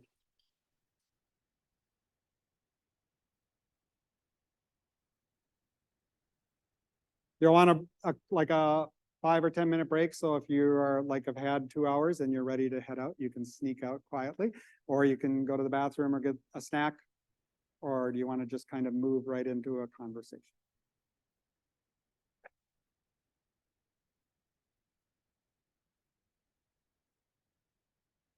Okay, and if somebody needs to leave, I won't take offense, right? It's been you've been a troopers for 2 hours. So Dave, you want to come up and why don't while Dave and I are setting him up with a mic, you all that are staying can turn to another person and just talk about what struck you, because sometimes when there's a large group, everybody doesn't get a talk, and that way you'll at least talk to one other person. So what stood out to you in this experience? Get you chair?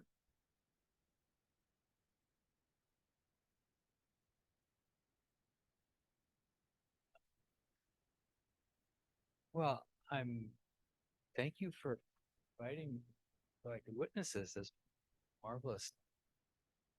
My brother-in-law, Presbyterian minister, did the same thing, memorized the Gospel of Mark, and performed it. And I was just always sort of blown away in speech. And so, yeah, I guess I know it's you all saw it. Mhm. And I also want to know, did you think that you were the same person when you were saying Jesus's words? Did you feel like you were the same person throughout the total 100 minutes? Or did you feel like there were different Jesuses along the way? And yeah, I don't know. Or maybe there's some other alternative. But Yeah. I'll answer that one, and then we'll let you listen to others. I think there's changes in it, right? That's why you have a narrative. You don't have somebody who's fixed, and so and I think there's some ways that the narrative is structured that makes it that way. So I think I should be coming through, am I? That, for example, I think it's not an accident that at the end you're exhausted as the storyteller. So without even trying it, Jesus is losing some energy and momentum and is a little disoriented. So that I think he's confident in the beginning, and then he just keeps running into the disciples who don't understand it. One of my favorite moments that I don't think I effectively communicate, but is when he's convinced that, you've got the mystery, but those outside are clueless. And then he's like, oh, you're clueless too, right? So I think there's lots of times where he's setting up. There's some things, and some of this, so I heard Dave speak. Some of you will hear him tomorrow, but I heard him speak yesterday, and I really would have liked to have tried to see if I could bring some things in it, but I've had experiences where I try to change a performance that I've been rehearsing for 8 months right before it, and I lose the whole thread, and I didn't want to do that. But like, Jesus says, when you get hauled up, he's very confident. When you get hauled up and are standing before the kings, the Spirit's going to give you the words to say. And only half of the time does he find that, right? So I think there's some kind of like disappointment. And then when they do give him the words, it's like, really, I have to say that? That's going to bring this trial to an end. If I say that I'm going to come on the clouds, right? And so there's moments like that. And then I think the Syrophoenician woman expands Jesus's vision. And so I don't know if you noticed that, that he feeds 5,000, and it doesn't say 5,000 Israelites, but they're on Israel territory when that miracle happens, and they're all satisfied. He's with the Syrophoenician woman, and he tells her, let the children be satisfied first. So there's a little verb thing before you give the bread to the dogs. And then I think she challenges him, and he has to rethink the assumptions that he came with, right? And then just a couple stories later, he's giving bread to the Gentiles because we're in Gentile territory at that point. And so it seems like, why did they repeat that exact same story? Well, it's not repeated the same story because it's not the same story if you talk about a banquet in Israel and then a banquet in Palestine, right? The change in who's there totally changes the nature of the story.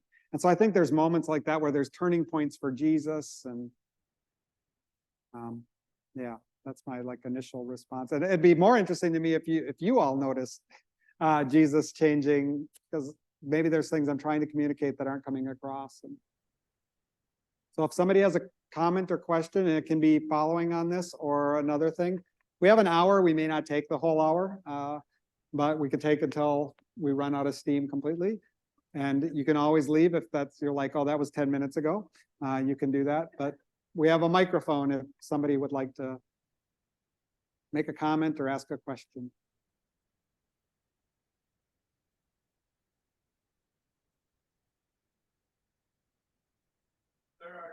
Oh, 1 minute right here. I think it might be the same question. I saw them in their Bible.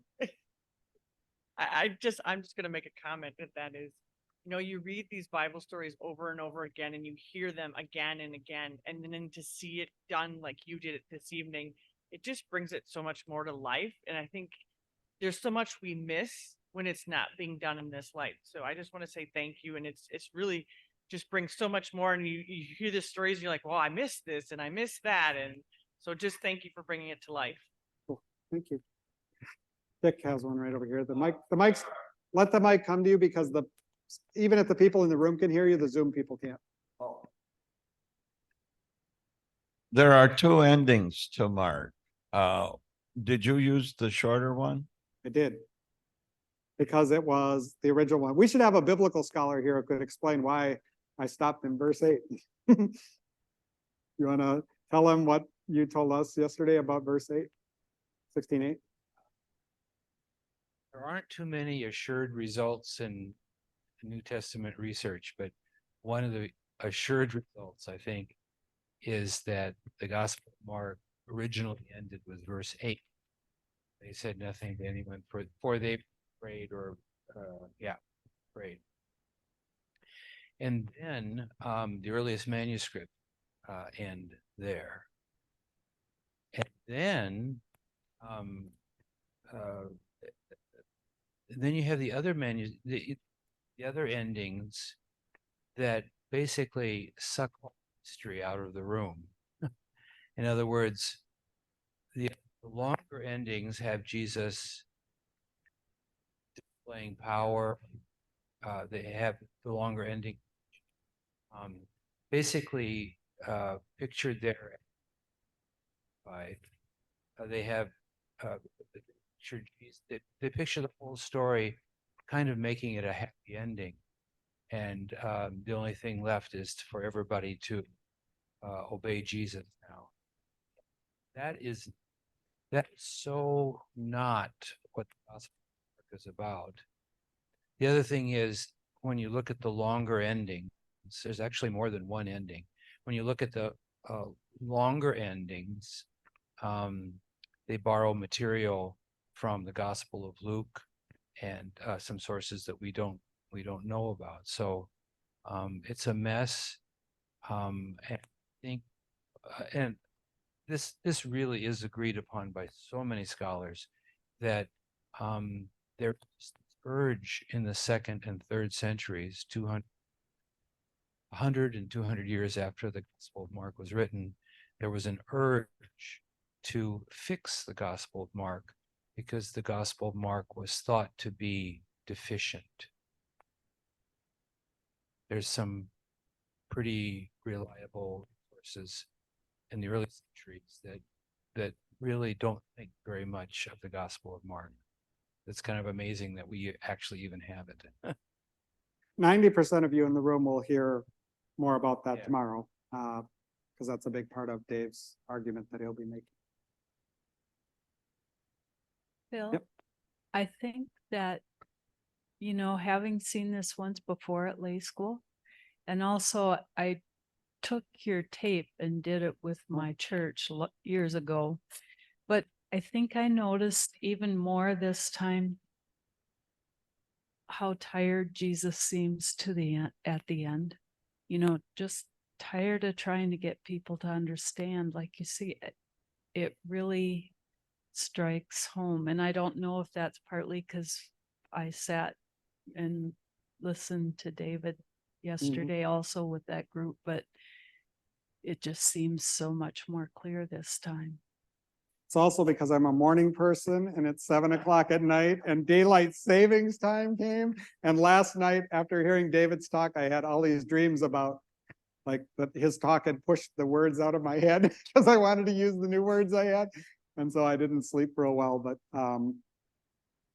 I think that I think the biggest shift that's happened since the one you heard is I think Jesus is much more tentative. And I don't feel like that came across as clearly as I wanted it to, because in order to do that, I'd have to add about 10 minutes to the story, because Jesus has to pause and he has to think.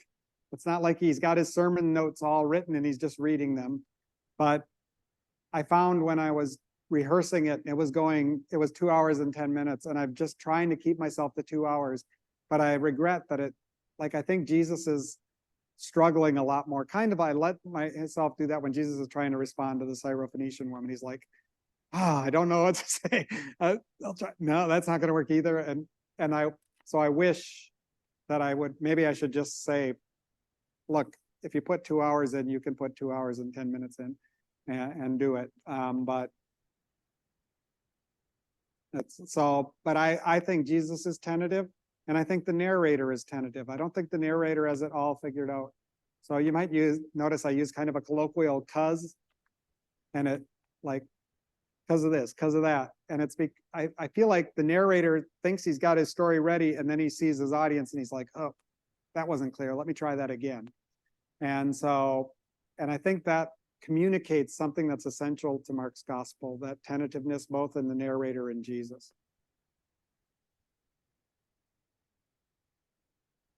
When you hear that Jesus being questioned, a number of times you'll hear different readers come through and almost give Jesus an arrogant voice when he says, if you say so. Like she was saying, and it's exhausted. I've done all I can. There's nothing left of me. And he's beaten, right? I mean, Yeah. he's been beaten to a pulp. And so, it's obvious to him even, I think, at this point, if I'm supposed to be the king of Israel, it ain't happening. Look at me. And so, yeah, I think that's a good place. And so in that moment, he's looking up to God. He's saying, what am I supposed to say? And there's nothing one of the times for both with the high priest and with Pilate, God's got nothing for him. And I'm not sure it's very helpful when God does have something for him. It's like gets him into deeper trouble.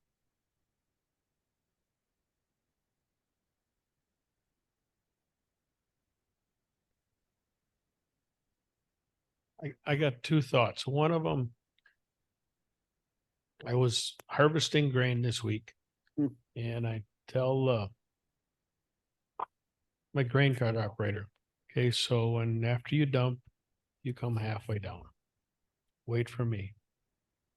I turn around, I come back, and he's all the way at the end of the field. And this has gone on with him this fall. And I stopped and said, motion to, because I could have talked to him on the radio, but nobody else needs to hear.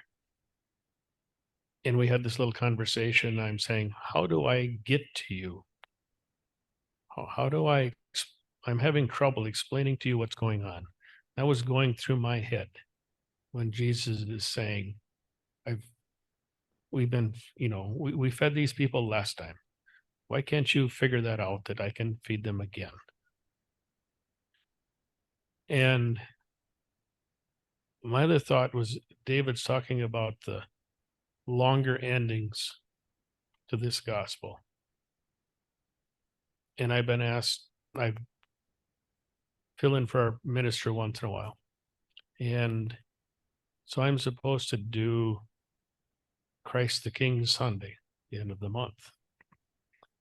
And people, I think David's smiling, and I think he knows where I'm going, is that People want a magnificent leader. And you can't have that at the end of Mark if you don't finish the story out. And so the desire, I think you would say the desire for that magnificent leader is part of the problem as well, right? That it's that, so it's the ending isn't the only problem. It's the reason the ending is given. And then the reason that gets tied to Christ the King. I mean, right? Because that's what we really want. We don't want a crucified Messiah. We want a king, right? Come in and kick some butt. Get things in order. Yep, you'll get an extended argument about that tomorrow. A wonderful, like really thought-provoking.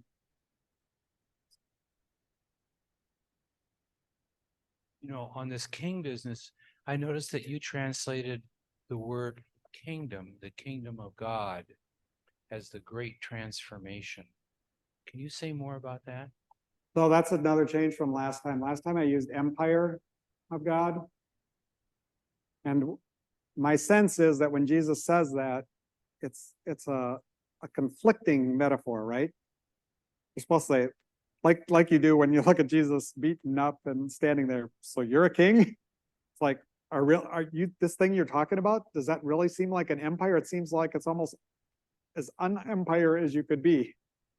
But my sense was that people would hear it and they would pull the end of Mark, the extra verses on there, and they'd say, oh, empire, yeah, that's what we want. We want Jesus who's about empire. And so they would take the ironic phrase and make it like a factual phrase. And I didn't like that. And so I was trying to figure out a way to do it. Some people have done kingdom of God. Obviously, that's the most common one. But then people think of heaven, and I don't think that's what Jesus is talking about. David Rhodes used rule of God, but I'm like, I'm a Lutheran and he is too, but I'm like, rule doesn't, I know what you mean that you're ruling, but it sounds like rule, it sounds too close to rules. And so I just said, well, what's going on? And I think it's Jesus constantly talking about God flipping things over. And so I decided for the Great Transformation. I think it might be somebody's translation, like one of the paraphrasey guys might have used it, like Phillips or the Living Bible, maybe even, but I don't know if it worked. You can tell me what you think about that, but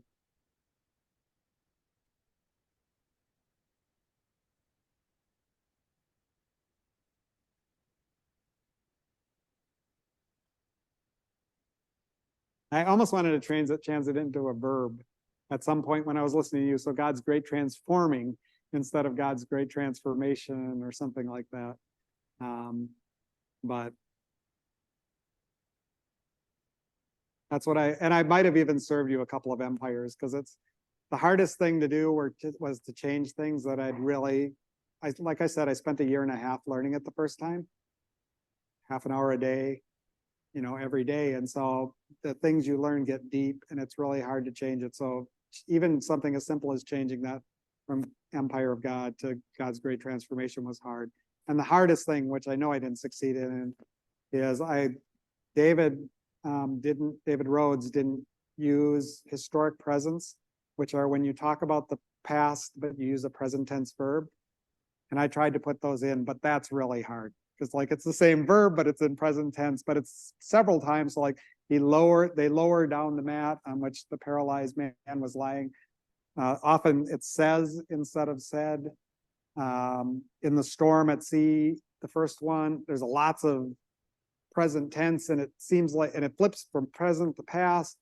And so I haven't figured out what's going on, but I'm convinced something's going on. And so I do my best to maintain that. It feels more oral that way too, perhaps, but it's 141 times in Mark's gospel that he does that. And our translations listen to their English teachers and make them all past tense, because don't be flipping tenses in the middle of a story.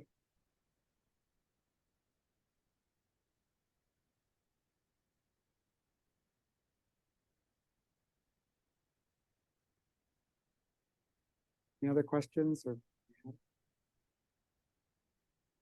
I will say, I mean, I've said this to those of you who've been in the lay school before, but what the most important thing I've learned in telling it is that the most powerful thing Jesus says is, my God, why have you forsaken me?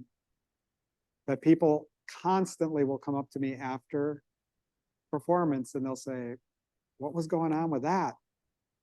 And they'll say, it almost sounded like he couldn't see God. And I said, I think that's what's going on. That he couldn't see God in that moment. And I say, I think that's what's going on. And they tell me then amazing stories, amazingly painful stories, devastating stories. Like one of my students told me that when she was 10, she was held at knife point and raped by the person who was supposed to be taking care of her. She said, I always thought that God didn't understand, but when I heard Jesus cry out, I went, I know that cry, that's my cry. I had another woman who talked to me and she said, she was crying when I was telling it and I knew her. And so we talked afterwards. I said, what was going on? She said, you know, my dad was like stalwart in the church. He held every position except head of the ladies' aid in his long life. And my mom got sick and the bottom of his faith dropped out. And that's how he died. She said, it sounds weird, but it's comforting to me to know that's how Jesus died too. Yeah, I think you're on to something. I think something like that is going on in the story. And so to me, he makes the most powerful connection to us in his moment of utter weakness and abandonment. And that's something to pay attention to.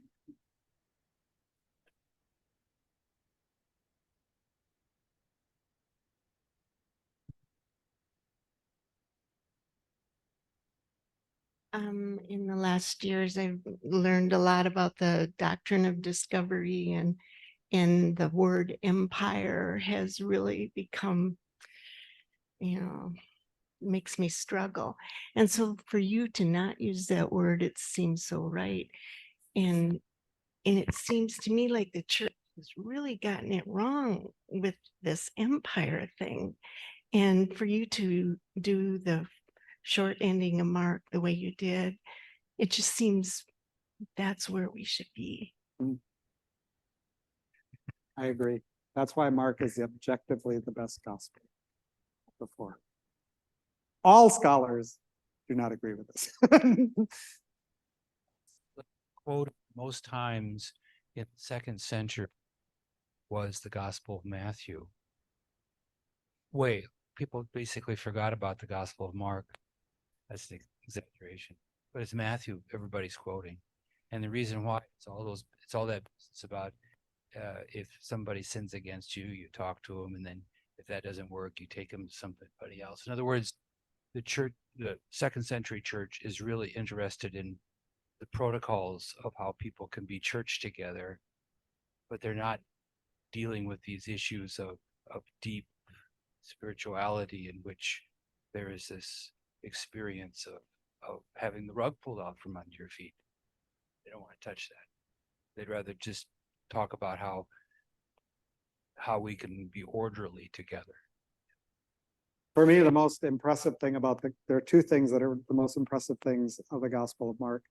One is that they record Jesus making that cry and they don't try to buffer it. That's amazing to me. The second is that they tell the story that some disciple tells the story where the disciples come off so horribly. Who tells their origin story, right?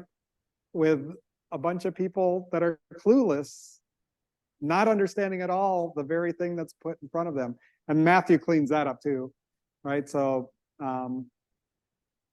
so to me, that's just phenomenal to me that the church or whoever it was decided they're going to tell this story and they're going to present the disciples in all their frailness and foolishness, their fallibleness. And I suspect, I should say, that the author of the Bible is the young lad who runs away naked. And so that, I don't know if you could tell I was telling that different, but it was because the narrator was telling his story. He was a young lad and he was there, and he was wearing nothing, and he ran away naked. And there's two times the phrase that I translate lad appears, and the second time is in the empty tomb. It's a young lad dressed in white. And I think he's saying, I was a person who fled out of fear, and I'm still that person, but I'm also one who announces the gospel to other people who are panicking and afraid. And I think that's kind of a beautiful.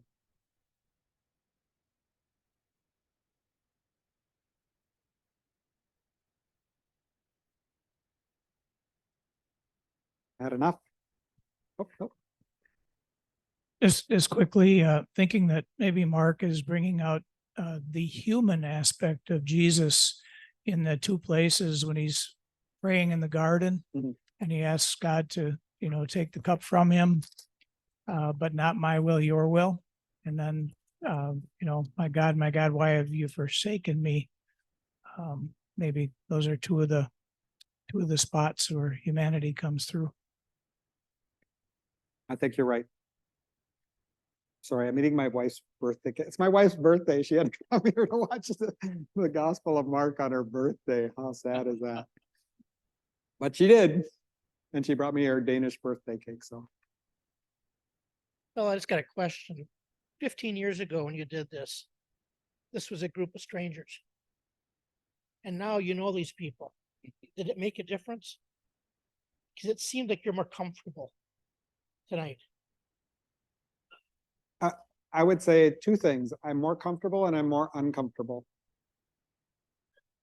Because I'm more comfortable with you all, but because of our comfort, we've talked about things. And so I know something about your own experiences of abandonment or your own health issues.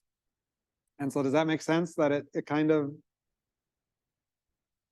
it's more like a conversation among friends, which I wonder, I'm not a person who thinks the Gospel of Mark had one way that it was used and that's how it was always used. So it's kind of interesting to think about it. Like, what if just like the 11 were sitting around and telling the story to each other? How is that different than if they were in Greco-Roman world and trying to tell people this story to see if this one they never heard of would be of interest to them? And so I think it's just kind of fascinating, but that's what I would say, comfort and uncomfort. And I know that like I'm not going to get in trouble for things I say from you. Even if you disagree with it, that like you'll roll with it. And I mean, the biggest thing that surprises people who come here is they come underestimating what they can expose a lay school to. And there are things that you all are willing to deal with that many pastors are not willing to reflect on. And so, but I know that because I've watched you and I've heard your questions and I've seen you respond to difficult things. And I've seen you respond to easy answers with a little bit of, a little bit of skepticism. And so that also changes the way I can tell a story. You were talking about being more familiar with the group. The original hearers were probably speaking in a home church setting, so they were very familiar. So probably we're a lot closer with your mannerisms and your, Maybe. because they would have been comfortable too. So they probably wouldn't have been afraid to speak the pain, the fear.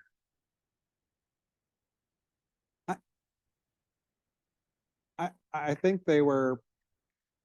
So this is my theory of New Testament. There is nobody who disputes Jesus that isn't voicing something that the early followers of Jesus were still struggling with, right? If it's in somebody's mouth, it's because the church needs Jesus to show up and go over the details again. So even like when they're taunting him on the cross, I think it was not a stretch at all for the early Christians to say, we understand exactly why they were taunting him like that, right? It wasn't what we expected. So explain to me again how he really is the anointed one, even though he died in that way. And so I think, and like the clean and unclean, I suspect there are still some people like, maybe we don't have to, but wouldn't it be better if we went back to the tradition of the elders and kind of all agreed that we're going to do that, which Matthew maybe makes steps in that direction. And so I think anytime there's an objection to Jesus, it's voicing something in the early church. And so by the time you get to John, you don't see much of the high priests and the legal experts, because that's not a question anymore. The temple's been destroyed for so long that they don't appear. And the questions that were asked related to the temple have changed.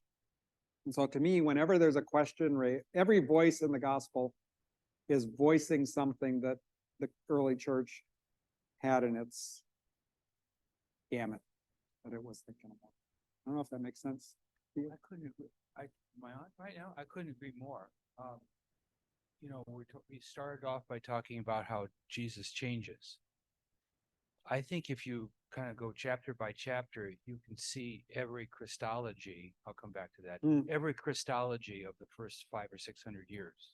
In other words, every kind of 30 to 40 page treatise on the nature of Christ is sort of summarized by the way Jesus is presenting himself early on. It's kind of weird. Yeah.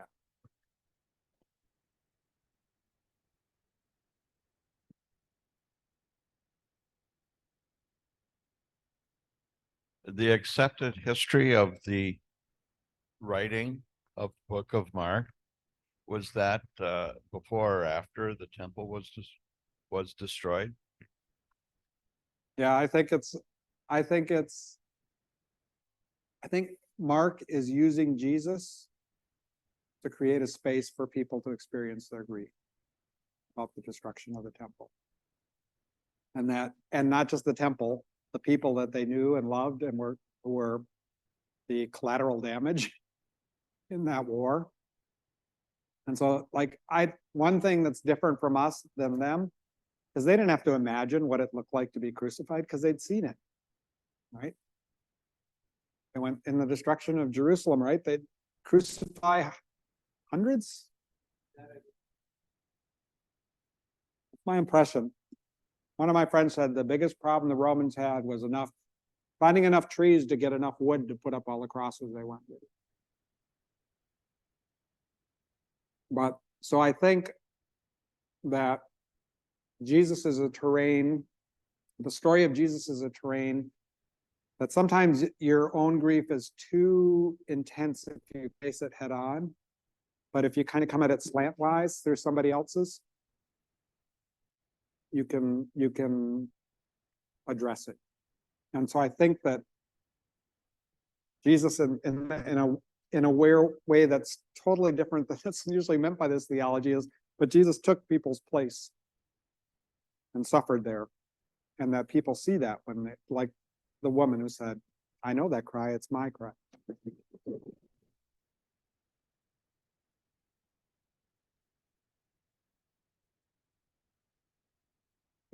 Yeah, back of the room.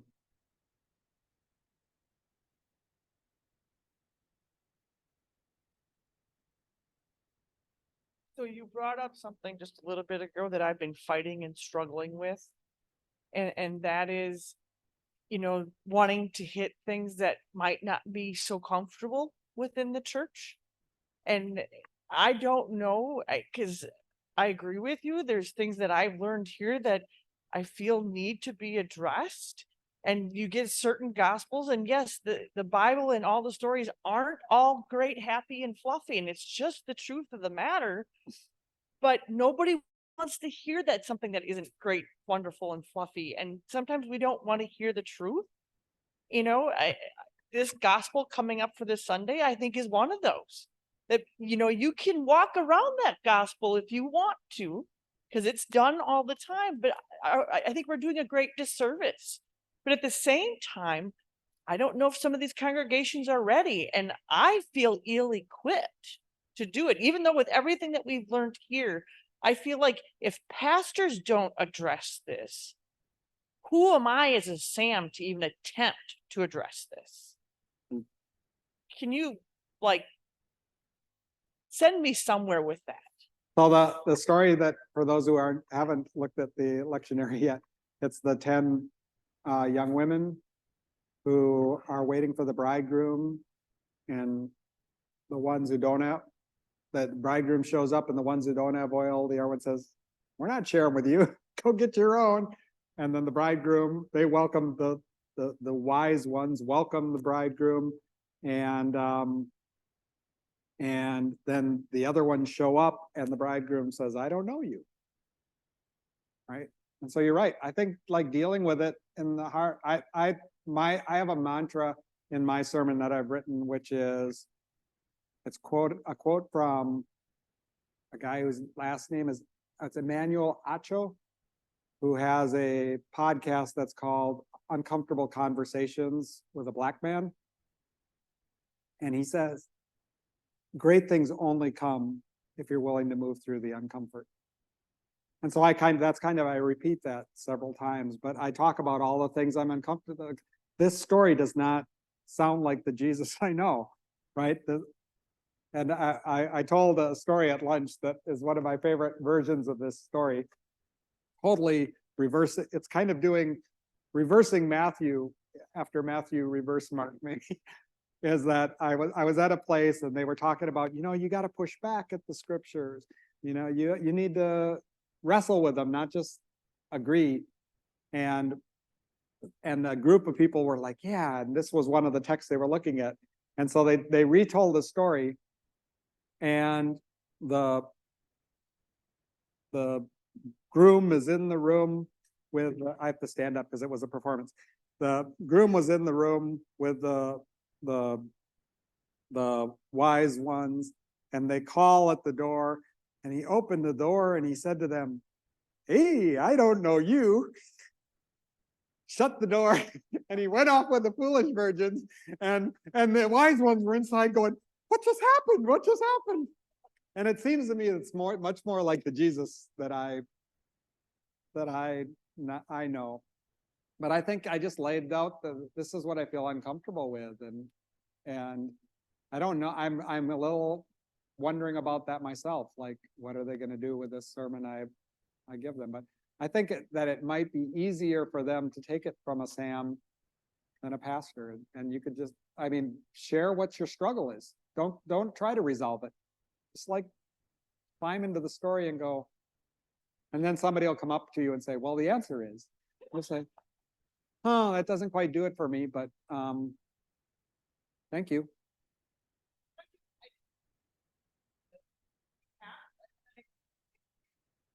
I've done many times myself, like, I don't have all the answers. I just find out that I don't, but I invite them to, and there are times too, even within when I do church services, that we're actually conversing as a congregation. I like to do that. My congregation has been really wonderful to do that with. They don't just look and go, what is she doing to us? But I think that that's part of growth, is by taking on those challenges and not necessarily saying that I have an answer, but think about it. And that's kind of where when you brought up the whole thing about not wanting to approach those things that sometimes are uncomfortable, but I think we do a disservice by not. Every so often I'll hear somebody in the lay school say, I am angry at my pastors because there's nothing I've heard in lay school that they didn't know. Why didn't they ever tell me? They're up in front of us 15 to 20 minutes every month, and they tell us such simple things. And I want to know that things are complicated because my life is complicated. And so why are they, like, some people are like very angry that they had to spend time in the lay school to hear this when their pastor already knew it.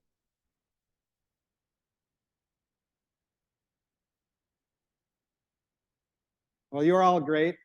I'll release you because some of you probably are ready to go and won't because of politeness, but I'll stick around. And tomorrow morning we're going to meet back in here. For those of us in the lay school, I know we normally meet in the basement, but they're having a spaghetti dinner or something, which means we would have had to haul 40 chairs down there, haul them back up, set up the sound for just that one day. And so I watched Dave present. You're not going to be running all over. You're not going to be putting us in small groups for the most part. There'll be time for us to, do conversation back and forth, but I think it'll work without tables. You won't be able to snack in here. That'll be the only thing, but you'll just have to binge when you're on break and get it all in your mouth. But we'll be in here 8:30 for worship. And then by 9 o'clock, we'll start with our class or with Dave, who will shake you up in all the best ways, right? In all the best ways. He'll de-Matthewize you. Thank you so much. I appreciate the energy and all it took for you to be here.